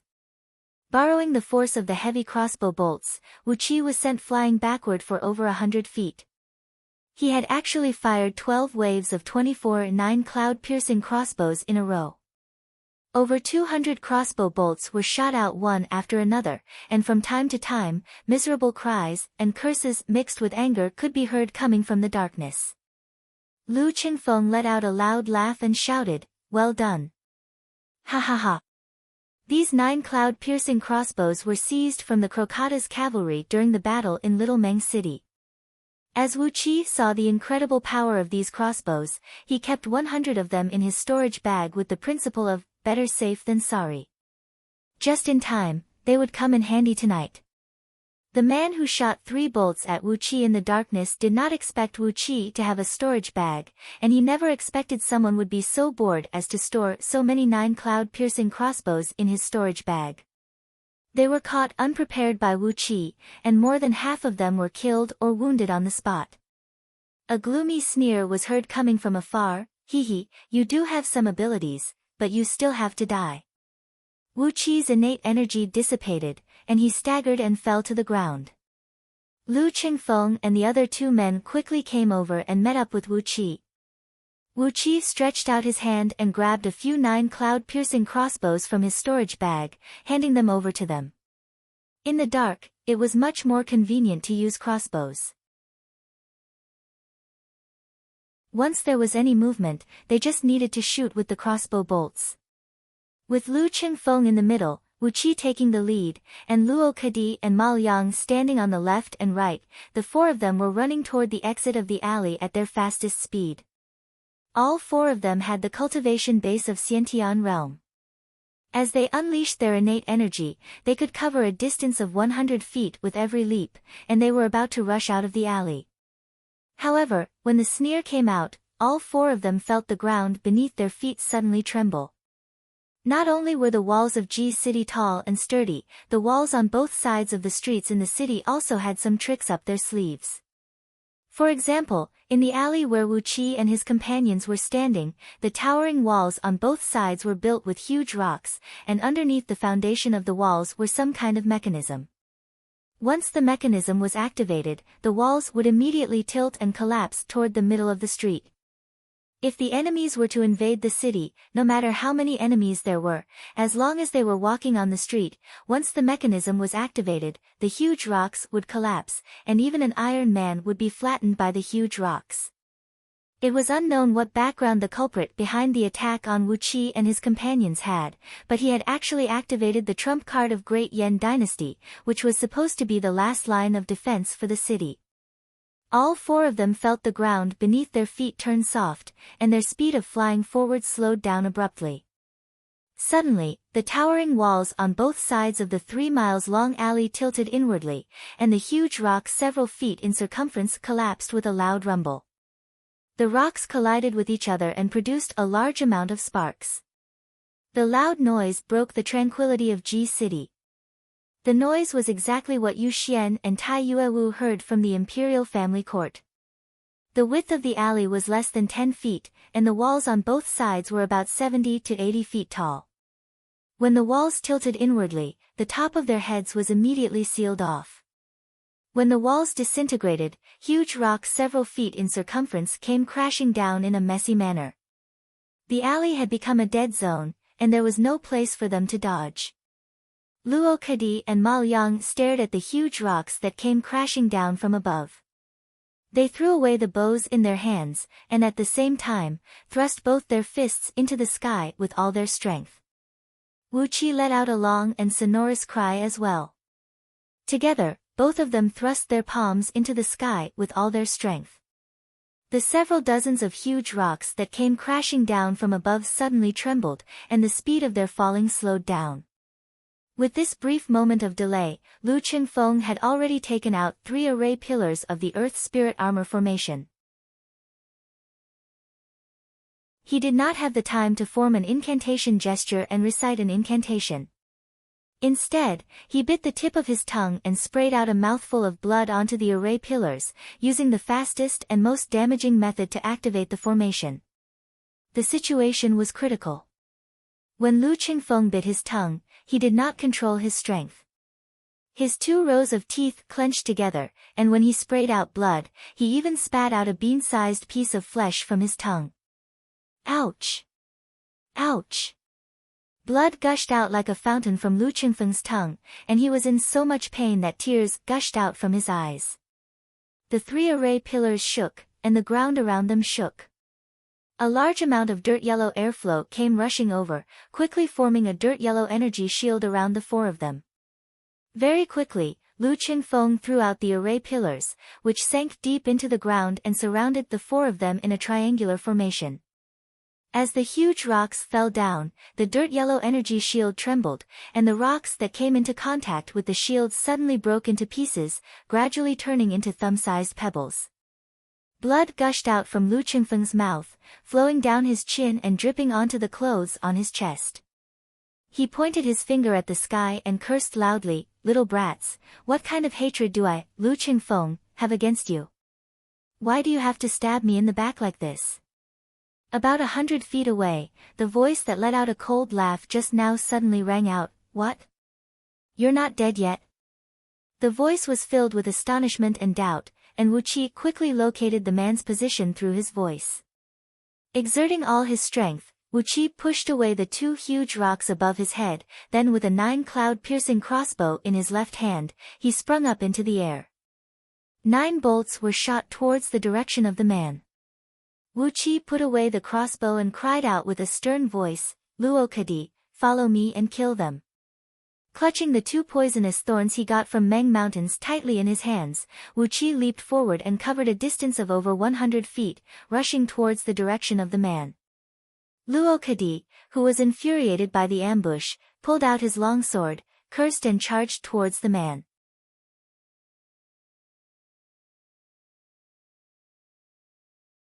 Chapter 66.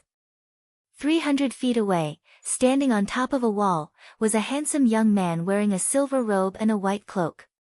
Beside him stood a dozen or so men in black, all of them looking at him as if they had seen a ghost.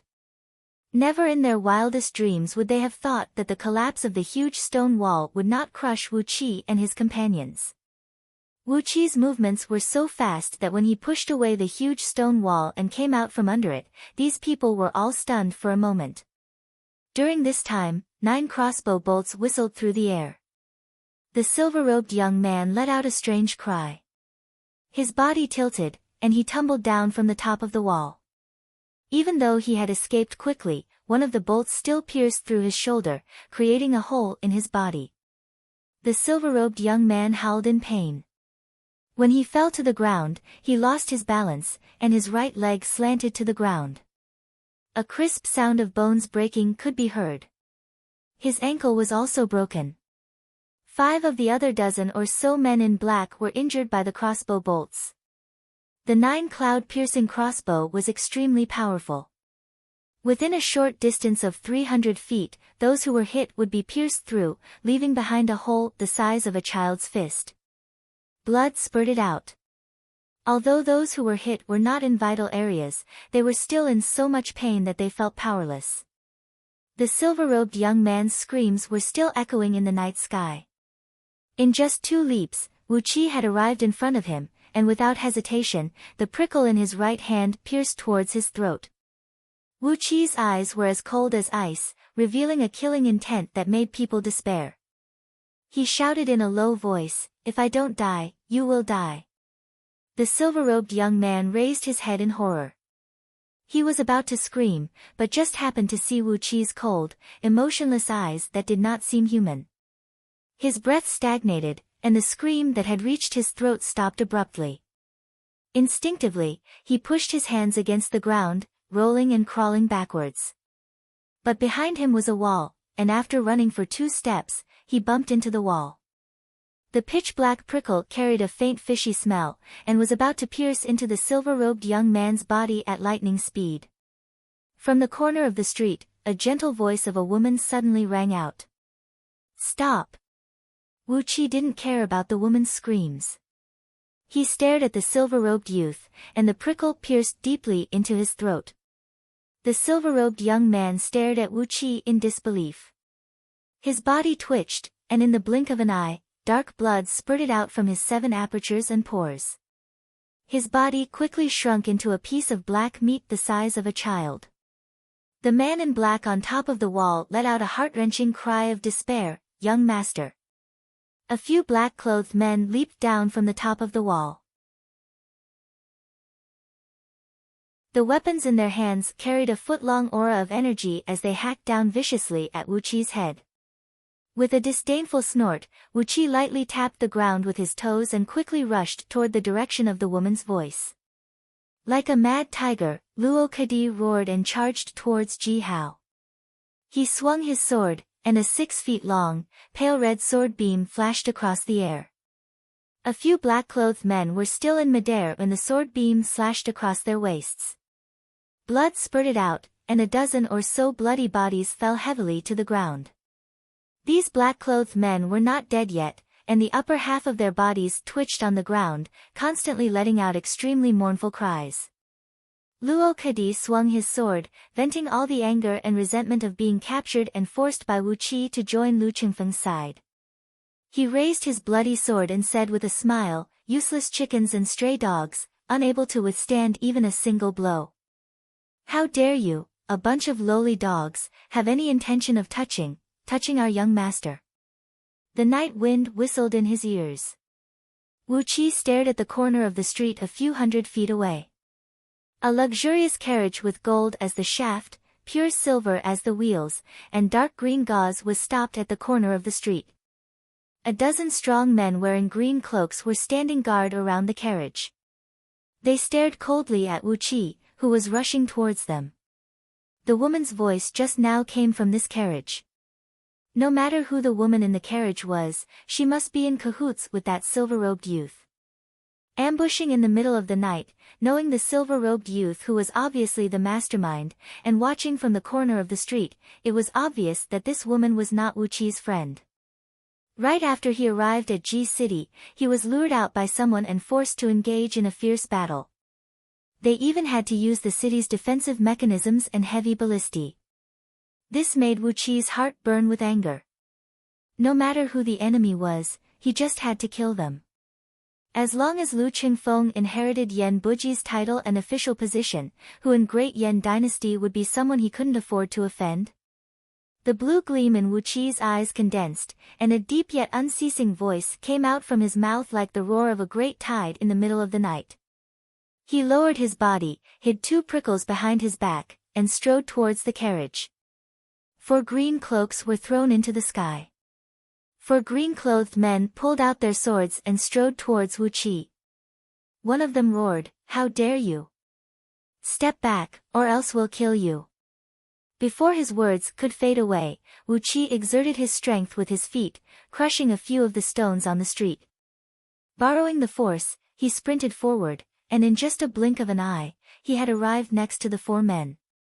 He thrust both of his palms forward, and the prickles pierced through the air and arrived in front of the 4 young men. The swords were as white as snow, and the wind created by the swords was fierce and loud. 4 sword beams transformed into 4 bright ribbons and thrust forward, accurately hitting the prickles. Wu Qi let out a strange laugh, and infused his innate water energy into the prickles. When the swords touched the prickles, they were pushed aside by the whirlpool of airflow. The prickles gently thrust out and pierced into the bodies of the 4 young men. Although the prickles had only pierced 3 inches into their bodies, the 4 young men began to convulse violently. Their bodies quickly twisted and shrunk, and in just a blink of an eye, they had turned into pitch-black meatballs. Dirty blood flowed and stained the ground. "How dare you?" The young men near the carriage were shocked and angered at the same time. 6 green cloaks were thrown out, and 6 young men pulled out their single-edged broadswords, rushing towards Wu Qi with small steps. The bright moon hung high in the sky, and the 6 broadswords brought up streams of light, like shooting stars shooting down from the sky, hacking towards Wu Qi's body. Wu Qi, who was rushing forward, stopped abruptly. He laughed out loud and tucked the prickles under his armpits, and suddenly, 2 9-cloud-piercing crossbows appeared in his hands. Along with a series of cracking sounds, 18 pure steel bolts shot out. The young men in green who were rushing towards Wu Qi were less than 30 feet away from Wu Qi. They couldn't dodge in time, and were hit by the bolts. At such a close distance, the tremendous kinetic energy attached to the bolts sent their bodies flying for 30 to 40 feet away. Tens of blood spurted out from their mouths, and left a 100-feet-long trail of blood on the ground. Beside the carriage, besides the man in black who was driving the carriage, there were only 6 young men in green. Wu Qi sneered and continued dashing towards the carriage. He fixed his eyes on the window of the carriage. Behind the green gauze, someone was looking at Wu Qi through the thin bamboo curtain, his eyes filled with surprise and anger. Instinctively, Wu Qi hated this man's gaze. Most of his divine sense was focused on this man, and the 2 prickles were faintly vibrating along with his arms. Once he got close to the carriage, the tips of the prickles would meet the man's heart. "How dare you?" The woman's soft voice rang out again. The young man in green, who was standing beside the carriage, was about to rush out, but the woman sneered and said, "Stop, you are no match for him." A dark shadow silently darted out of the carriage, and floated about a foot above the ground, pouncing towards Wu Qi like a ghost. As soon as the dark shadow appeared, small whirlwinds rose from the surrounding streets. Tens of bull-thick whirlwinds, and a few feet tall, spun along with the dark shadow. A layer of hazy black mist gushed out from the ground, and gradually gathered towards the dark shadow. With a flick of his finger, 2 prickles darted out along with an ear-piercing whistling sound, and hit the dark shadow. The prickles pierced through the dark shadow's body, and flew far away. The dark shadow didn't show any reaction, and was still floating about a foot above the ground, pouncing towards Wu Qi at a moderate speed. Wu Qi was taken aback. He fixed his eyes on the dark shadow, and saw a beautiful lady with a slightly green face amidst the dark mist. She was baring her teeth and grinning at him. It was a very frightening smile. The woman's eyes were faintly glowing with a blood-red light. When her eyes met Wu Qi's, Wu Qi felt chills running down his spine. Gusts of cold wind kept spreading out from the woman's body, rolling up whirlwinds and black mist. Accompanied by a deep laughter that seemed to resound directly in his mind, the strange woman dashed in front of Wu Qi, grabbing his neck with both hands. Wu Qi felt a chill coming from his back. In the middle of the night, under the dim moonlight, a translucent woman was grabbing his neck. He couldn't help but cry out, "Damn it, what are you?" Spreading his hands apart, the innate water energy gathered in his palms, and with all his strength, Wu Qi thrust his palms towards the woman's claws. The woman's soft laughter came from the carriage. "Damn it! Didn't you see a ghost today?" Soundlessly, his palms collided with the woman's claws. Wu Qi felt a gust of cold air rushing up from his palms, and couldn't help but shiver. In a blink of an eye, his fingertips turned black, and his fingers went numb, losing all feeling. The woman's smile froze. The innate water energy was extremely mysterious. It was cultivated by Wu Qi with the help of a thread of innate water energy found in the innate water stone. When the energy rushed into the woman's body, it immediately messed up the flow of energy in her body, and at the same time, a gust of cold air rushed through her body. A chilly wind blew in all directions, and the woman's body suddenly became much dimmer, turning from translucent to almost completely transparent. A shrill scream came from the woman's mouth. She turned around, transformed into a gust of chilly wind, and dashed towards the carriage. From within the carriage came the gentle voice of a woman, "How dare you? You even dared to injure my demonic ghost guards. Are you seeking death?" A beam of red light came from behind, and hit the chilly wind. A loud boom rang out, and a ball of red flame exploded, shattering the chilly wind. Vaguely, a hazy head of a woman could be seen jumping into the carriage and disappearing. Wu Qi quickly turned around. It was Luo Kadi who shot out an explosive talisman and shattered the chilly wind transformed from the demonic ghost. Reluctantly, Wu Qi took a glance at the carriage. His arms were stiff, and his body was shivering. He clenched his teeth and shouted in a low voice, "Retreat! Leave this place as soon as possible."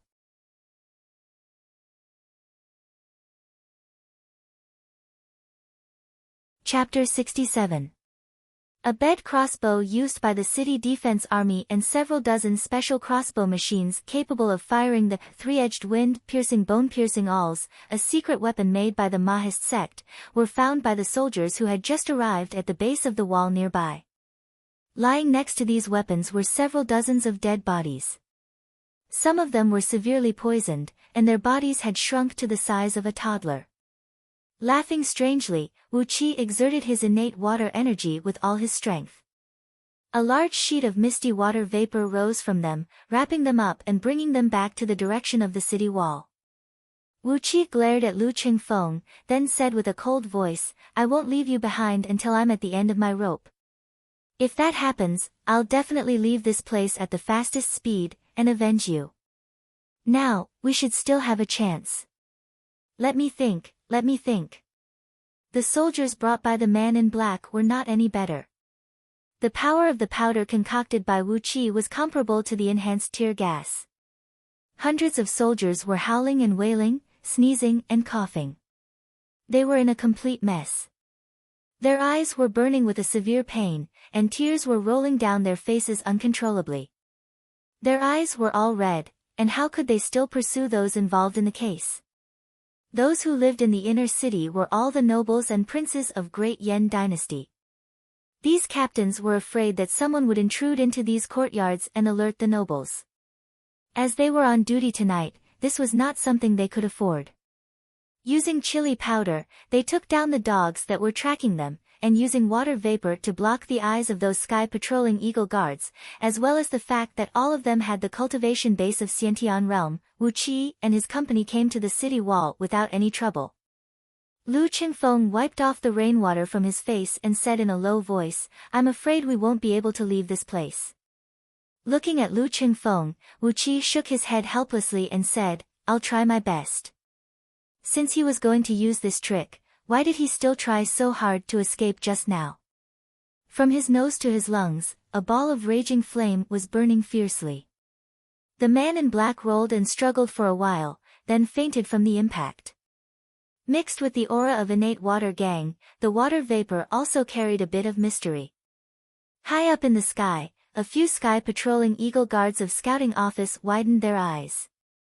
They kept activating the innate ability of the spirit bird's soul essence, but no matter how hard they tried, they could not see through the water vapor that Wu Qi had rolled up. Abruptly, the man in black let out a miserable howl. The thin, yellow dog shadow behind him raised its head towards the sky and let out a few soundless howls. After twitching for a few times, it quickly shrank back into the body of the man in black. The man in black robe howled out, covering his nose with his hand and rolling on the ground. A faintly discernible barking sound came from afar. A few black-clothed men, whose bodies were wrapped in a faint yellow light and had a strangely shaped shadow of a dog floating behind them, rushed to the scene of the crime as fast as lightning. They sniffed the air carefully and sniffed the scent left behind in the surroundings. Then, they quickly led the large group of soldiers down the street. Under the eyes of these men, which were emitting a strange gleam, although it was a pitch-black night, although it was a stormy day, they could still clearly see even a grain of sand on the street. In those luxurious mansions, even the sentries and guards hiding under the bushes could not escape from their divine eyes, which could penetrate 10 feet deep into the ground. Lu Qingfeng was frightened by Wu Qi's loud shout, and his body trembled. He rolled his eyes and glared at Wu Qi. Vaguely, he saw a man in black robe coming from behind, sniffing his nose and bringing a large group of soldiers with him. Not far away from him, a couple of men with shadows of wind-breaking wolves behind their backs were seen flying at top speed. Suddenly, a few huge blue shadows shot up into the sky from a corner of Ji City. They were a few vague shadows of strange birds with a wingspan of over 50 feet. Within the belly of these strange birds, a few men of Scouting Office, clad in black soft armors, were shooting out a 1-foot-long blue gleam from their eyes, scanning the area underneath them in a strict manner. The thin yellow dog was a famous dog in this world, the 100-mile sniffing dog, who was born with a very developed sense of smell. After fusing with the soul of the thin dog, this man in black had a very developed sense of smell, and his nose had become very sensitive and fragile. Wu Qi took out a powder mixed with dozens of spicy spices, especially 3 of the strongest wild pepper, and threw it out. The man in black bore the brunt of the powder and took a deep breath. With a strange smile on his face, Wu Qi took out a couple dozens of local spices from his storage bag, which he had collected in Little Meng City. Among them, there was a kind of chili that could make one spit fire, and star anise cinnamon that could make one faint. The natural energy in this world was many times denser than the earth, and the efficacy of all kinds of spices produced here was also many times stronger. Using lethal weapons in Ji City, and even activating the city defense mechanism in an alleyway, no doubt, this was a big case. No matter who was the mastermind behind this case, someone would have to face the consequences. Muffled sounds of footsteps were heard coming from everywhere. The boots issued to the city defense army of Ji City were made from cow tendons, with steel wires coiled on the inside and steel sheets on the outside. When these boots collided with the stone pavement on the street, the loud noises produced were deafening. The shrill whistles spread far and wide, and the dozens of arrow towers and sentry posts on the city walls of Ji City began to light up. It was unknown what kind of equipment was used, but from the arrow towers and sentry posts, beams of 2 feet thick yellow light that could reach a distance of a few miles were shot out. Like sharp blades, they tore apart the curtain of night and swept across the area underneath. When the barking from behind was less than 200 feet away, Wu Qi sneered and casually threw the handful of powder up into the sky. The powerful innate water energy mixed with the powder had unleashed a miraculous effect. Wherever the powder passed, all the raindrops avoided it. The storm could do nothing to the powder, and the strong wind blew the powder away along the street. Suddenly, Wu Qi sprung to his feet, mustered all his innate energy and cried out, "I'm the best friend of Sir Yan Bugui, scouting officer. We were robbed in Ji City and killed for our money. Help me, help me. Yan Bugui, if you don't come out and save us, I'll fuck all 18 generations of your ancestors." A thunderclap came from the sky. Dark clouds covered the bright moon, and the storm came without warning. The strong wind blew the raindrops, lashing the streets and alleyways of G City like countless whips. Water vapor rose up into the air, and no one could be seen 3 steps away from them.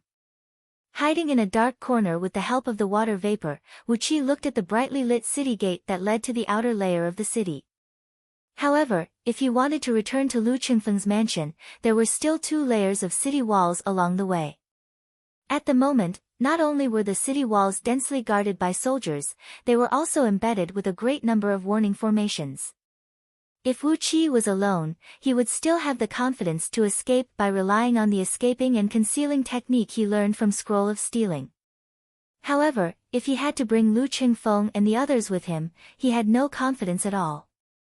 Looking at the shadowy blue bird that was flying high above his head, the wind-breaking wolves that were flying across the buildings in the distance, and the barking that came from behind him, Wuqi breathed out a deep sigh. So this was the imperial city of Great Yan Dynasty. With such a tight defense, how could anyone survive? First, over 10,000 soldiers had completely sealed off the few streets in the vicinity. After that, all the capable men from related government offices in G City had arrived. Not long after that, a shrill howl of a wolf was heard coming from the sky. Over 200 men of scouting officer, who were shrouded in a green glow and had the shadowy figure of a wind-breaking wolf looming behind their backs, leaped out from all directions. With the crime scene as the center, they quickly searched the surroundings. Thunderbolts were rolling and rocking above their heads. Electric arcs that looked like silver snakes kept piercing down from the dark clouds. Currently, they could still hide under the cover of the water vapor, but when more and more soldiers arrived, and when they began to comb through the entire area, they would no longer be able to hide any longer. Lu Qingfeng was lured and killed right after he arrived at G City. No one could tell who was a friend and who was a foe. Perhaps when they were discovered, the second wave of assassins from the enemy would arrive right after. Footsteps like this could be heard coming from all directions. A large number of soldiers had taken control of the few streets in the vicinity, sealing off all the entrances and exits. The front doors of a few mansions in the vicinity were knocked on loudly. Captains who led their soldiers to the scene kept shouting and informing the people in those mansions about what happened outside, requesting the owners of those mansions to send out their personal guards and search through their own mansions, preventing any intruders. Taking advantage of the strong wind and heavy rain, Wuqi and his company were nearly caught by a beam of light. If not because Wuqi suddenly sensed danger and grabbed hold of Lu Qingfeng, who was sprinting forward, their whereabouts would have been exposed. Wuqi gnashed his teeth and said, "We have to leave even if we can't. Before you become Zuo Guizheng, you can't fall into their hands. Or else, you won't even know how you died." Quickly glancing around, Wuqi said with a ferocious voice, "Rest assured, young master. You're the first friend Wuqi has after leaving the mountain. If you die in G City, I'll definitely avenge you. I swear I'll wipe out the entire clan of those who harmed you." He reached out his hand and crushed all the spices, especially the large handful of chili peppers. Then, he unleashed his innate water energy through his body, controlling the water vapor in the surroundings and making it spin slowly around Wuqi and his company. The innate water energy could control all the water element energy under the heaven. In an instant, the area of 10 feet around Wuqi and his company was completely emptied.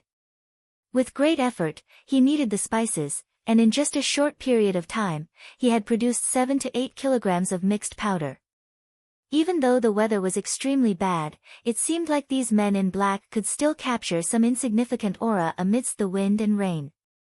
Clearing his throat, Lu Qingfeng looked at Wuqi with a slightly bleak expression and said, "Wuqi, if you have the confidence, just run back alone.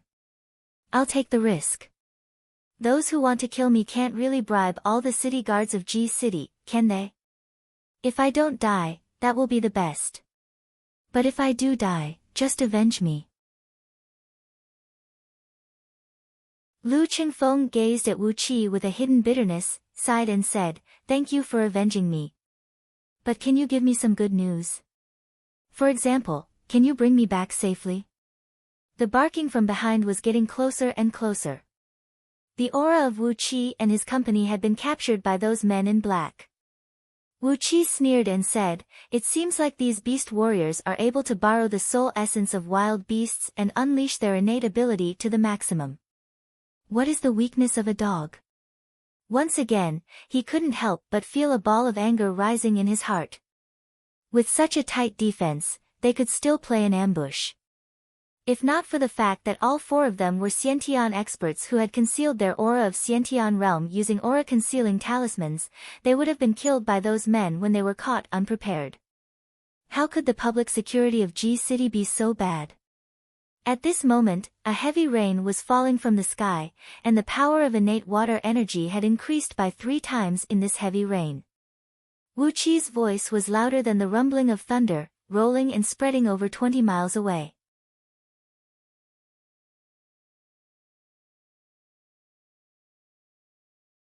Chapter 68.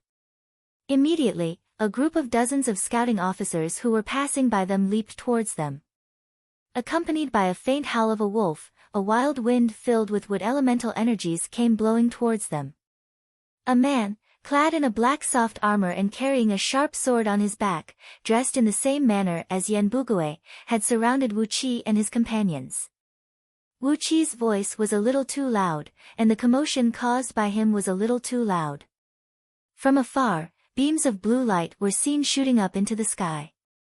Nearly 100 sky patrolling eagle guards were flying towards them at top speed, accompanied by ear-splitting bird cries. The howl of the wolf could be heard coming from both near and far. It was as if the entire G City had turned into a den of wild wolves. The howl of the wolf could be heard coming from everywhere, and one green figure after another was seen sprinting towards Wu Qi and his companions. In just the time it took to finish a pot of tea, nearly 100 sky patrolling eagle guards had gathered in the sky and were wheeling at top speed. The shadows of strange blue birds were stirring up a strong wind, causing the raindrops to shoot down like bullets. Over 300 scouting officers, who had fused with the soul of wind-breaking wolf, had arrived at the scene as well. The surrounding walls were fully occupied by the men of scouting officers. Following that, a dozen of rough lion roars came from afar. Dozens of burly men, clad in heavy armor, their bodies shrouded in blazing flames, and having the soul of a flaming lion behind their backs, each having a height of 40 to 80 feet tall, arrived with a large group of soldiers. Everyone had their eyes fixed on Wu Qi with a strange look in their eyes. Among the last group of burly men, the one with the soul of a flaming lion behind his back was an 80 feet tall, emitting a rolling heat current. When the raindrops came close to him, they would turn into water vapor and disperse. The burly man, whose body was shrouded in a thick layer of white water vapor, strode forward. Relying on the fact that he was 1.5 feet taller than Wu Qi, he looked down at Wu Qi from above, sizing him up for a while. Yan Bugui's best friend? Hee, fuck his best friend from 18 generations ago. Yan Bugui is such a lucky guy. Wu Qi twitched his lips and let out a dry laugh. The aura emitted from this burly man was way too frightening. It was strong, majestic, and extremely violent. This was a true embryonic breath level expert, unlike Old Devil and Lord Flame who used evil methods to break through. He was a true expert who had built a solid foundation step by step and broke through step by step. With a hollow laugh, Wu Qi cupped his hands towards the man who looked to be in his 30s and said, "May I know the general's name?" The man chuckled, slapped heavily on Wu Qi's shoulder and said, "My surname is Ji, and my surname is Yan, Yan as in Yan Bugue. My name is Yan Jiuhui, the Chief Supervisor of West Wind Guard of Great Yan Dynasty's Scouting Office, and I am Yan Bugui's grandfather." Didn't you just say that you wanted to fuck his 18 generations of ancestors? The Scouting Office of Great Yan Dynasty was divided into 5 major wind guards, North, South, East, West, and Central. They were responsible for all the affairs of the vassal kingdoms in the four directions of Great Yan Dynasty, as well as the Great Yan Dynasty itself. The chief supervisor was the highest executive officer of a wind guard. He had the right to act first and report later. In fact, most of the time, even if he acted first without reporting, no one would investigate the details. Cold sweat broke out from Lu Qingfeng's forehead.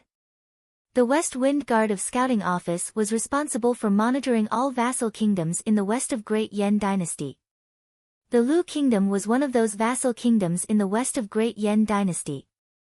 From a certain point of view, the West Wind Guard was a sharp blade that hung above the head of many influential clans in Lu Kingdom. Although Great Yan Dynasty never meddled in the internal affairs of vassal kingdoms, but if the chief supervisor of West Wind Guard really wanted to meddle in the affairs of Lu Kingdom, who would dare to say no? Who would dare to say no? If Yan Jiuhui said he wanted to punish the Lu Kingdom, there would be many people who would jump up and smash the Lu Kingdom's head. Letting out a dry cough, Lu Qingfeng took 2 steps forward, bowed to Yan Jiuhui and said, "Chief Supervisor, Qingfeng, offer my greetings." Yan Jiuhui let out a few laughs, waved his hand at Lu Qingfeng, laughed and said, "Don't talk nonsense. So many people have heard what this little fellow said just now. I, Yan Jiuhui, am a man with a strong foundation and reputation in Ji City. Now that I'm insulted by this little fellow, how am I going to face anyone in the future?" He fiercely glared at Wu Qi-Yen, who acted as if nothing had happened. Then, Yan Jiuhui smacked his lips, stared at Lu Qingfeng, sneered, and said, "Who are you? What is going on tonight?" A 3 miles long section of the mountain collapsing wall has collapsed. Who has such a deep blood feud with you and wants to kill you? Stretching out his hand, Yan Jiuhui grabbed towards Lu Qingfeng's neck. He let out a loud laugh and said, Why am I wasting my time talking with you little kids? I'll capture them and interrogate them. What do you think I don't know? Boys, I've captured them. Prepare your weapons and let them have a good time." Wu Qi came before Lu Qingfeng, stretched out his hand and thrust his palm towards Yan Jiuhui's wrist. With an indifferent tone, Wu Qi said, "Why are you so angry, Chief Supervisor?" "I was forced to be rude. If I didn't shout at you, I'm afraid all of you will lose your lives." Looking at how Wu Qi dared to attack him, a fiery gleam flickered in Yan Jiuhui's eyes. Suddenly, he burst out into a loud laughter. He retracted his palm and changed it into a fist, thrusting it towards Wu Qi's palm. He laughed and said, "Good. Come. If you can defeat me, I'll take care of everything that happened tonight for you." As the fist and the palm collided, Wu Qi felt as if a huge mountain was pressing down on him. The tremendous force made him lose his balance. With a muffled groan, he was forced to take a few steps back. The scorching hot fist force blasted into the meridians of Wu Qi's arm. However, it just so happened that it was neutralized by the cold aura that invaded his meridians from the demonic ghost. Water and fire were mutually restraining each other. The cold aura and hot aura quickly neutralized each other. The internal energy in Wu Qi's meridians fluctuated. His arm, which was a little stiff a moment ago, immediately returned to normal. However, Yan Jiuhui's body shook. When his fist landed on the center of Wu Qi's palm, even though he managed to repel Wu Qi, his body was twisted by the peculiar whirlpool-like energy in the center of Wu Qi's palm. As a result, 80% of the fist force missed its target. His body trembled. The fist force that he had blasted into the air pulled his body backward, staggering for a dozen steps. After that, he punched the wall on the side of the road, creating a big hole. "Good fist force." Wu Qi cried out. "Good fist force." Yan Jiuhui retracted his fist with astonishment. He fiercely gazed at Wu Qi from top to bottom and said, "At such a young age, you have already reached the realm of Xiantian." That young man just now called himself Qingfeng. Could he be Lu Qingfeng? "Little fellow, don't tell me you are his hanger-on, Wu Qi." Lu Qingfeng was overjoyed. He quickly answered, Chief Supervisor, have you heard of the name Qingfeng? Pooh! Yan Jiuhui spat on the ground, slapped on his forehead forcefully and cried out, that bastard Yan Bugui had mentioned you before. Hee, what are you doing in Ji City instead of waiting for the reward in the Lu Kingdom? A light howl of a wolf was heard. Bringing together a few men, Yan Bugui came rushing towards them from a far distance.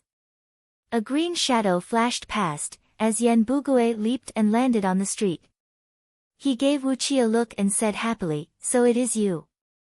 Wu Qi, your mouth is really, really hard to enjoy. Shaking his head, Yan Bugui turned to Yan Jiuhui and reported, Chief Supervisor, Lu Qingfeng might be the descendant of Duke Yan Lu. The reason he came here this time should be because he was going to the imperial family court to confirm his bloodline, so that he could enter the family register and inherit the title of Duke Yan Lu and the position of West Supervisor. Yan Bugui smiled at Lu Qingfeng, then said with a deep voice, I've just received the news that the imperial family court, Duke Yu Xian, is coming here with Mistress Ruyang. Upon hearing Yan Bugui's words, Yan Jiuhui's expression turned extremely strange. He gave Lu Qingfeng a glance from head to toe for a while, then suddenly turned to look at Wu Qi and sneered, 18 generations of ancestors? Ah! 18 generations of ancestors. Yan Jiuhui sneered for no reason, then cried out with a deep voice, why did you only know about this news now? Someone has mobilized the military bed crossbows in Ji City, and even used the wind-breaking bone-piercing awl, which is specially used to target Xiantian warriors. Why didn't the imperial family court report about this? They even used the mountain-crushing wall, just to kill Lu, young Master Lu, who is so bold to do that? Yan Bugui bowed at Yan Jiuhui, smiled bitterly and said, the bed crossbows were mobilized from the 4th Battalion of Yellow City Defense Army. Who is the one behind this? The thread has been cut off. The treasurer who was in charge of the ordnance of the 4th Battalion had just died in the bed of his concubine. And the news about Mistress Ruyang paying a secret visit to Duke Yu Xian has been blocked by someone. I just received this news just now. The faces of Wu Qi, Lu Qingfeng, and Yan Jiuhui changed instantly. Wu Qi gave Lu Qingfeng a look, while Lu Qingfeng shook his head with a gloomy face. On the other side, Yan Jiuhui sneered and said, very well, someone even dares to tamper with the information in the imperial family court. Who is it? Yan Bugui coughed lightly, then spat out a name, Qin Qingshui. Yan Jiuhui's face turned even uglier. He stamped his feet, sneered, and said, he is really unscrupulous. Does he really think that no one can control him? Before his words could fade away, someone had already answered with a shrill voice, Yan Jiuhui, don't tell me that the unscrupulous man you mentioned is me? A series of rapid footsteps was heard. A middle-aged man, who had a face like a donkey, and was only 2/3 the width of a normal person, and looked as skinny as a cleaver, was swaggering towards them. Amidst the raging storm, this man was clad in a very loose white robe. The robe was fluttering in the wind, as if it could bring his skinny and scrawny body up into the sky. This man was Qin Qingshui, the chief supervisor of the Central Wind Guard of Great Yan Dynasty's scouting office. He was in charge of all the scouting office in all the territories directly under the jurisdiction of Great Yan Dynasty. At the same time, he had a certain degree of supervision over the East, South, West, and North Wind Guards of Scouting Office. Qin Qingshui's white robe was flapping noisily due to the strong wind. Arrogantly, he pointed his finger at Lu Qingfeng, sneered and said, this man is suspected of murdering the hostage of Xian Kingdom, Taba Qingye. Somebody, bring him and all his accomplices back and interrogate them. Find out how they got their hands on the bed crossbows and bone-breaking awls from the army. We have to find out who is the one who colluded with him, giving him the courage to commit a crime in Ji City. Lu Qingfeng stared at Qin Qingshui with great surprise. With a stern voice, he said, Your Excellency, it was me who was ambushed and killed. Qin Qingshui rolled his eyes, shook his head and sneered, what a joke. Do you think I'm blind? Obviously, it was you who colluded with the scum of the army, setting up an ambush to assassinate the hostage of Xian Kingdom. Somebody, capture this fellow and all his accomplices. Wu Qi knitted his brows into a tight frown. This Qin Qingshui was here for Lu Qingfeng. On the other side, Lu Qingfeng had his eyes fixed on Qin Qingshui. He had no idea why this man was targeting him. Yan Jiuhui's eyes went wide, then he cried out with a deep voice, Qin Qingshui, things are not like what you said. He stretched out his hand and stopped the large group of men behind Qin Qingshui. Qin Qingshui tilted his head up and stared at the dark clouds and lightning bolts in the sky. With an indifferent voice, he said, Yan Jiuhui, don't you forget that this is Ji City, and I'm the chief supervisor of Central Wind Guard of Scouting Office. Whatever is happening here is not under your jurisdiction, so you can't interfere with it. Slapping Yan Jiuhui's arm away with his palm, Qin Qingshui cried out sternly, somebody, take him away and throw him into the prison of Scouting Office. A group of beast warriors immediately leaped forward like wolves and tigers. You're tuning in to the Blissful Bookshelf YouTube channel. We're so grateful for your support, and don't forget to subscribe to join us on this incredible journey through captivating stories. Your generosity through donations truly makes a world of difference, as it's the primary source of revenue that allows me to expand and enhance this channel for you. Thank you from the bottom of my heart for being a part of this adventure.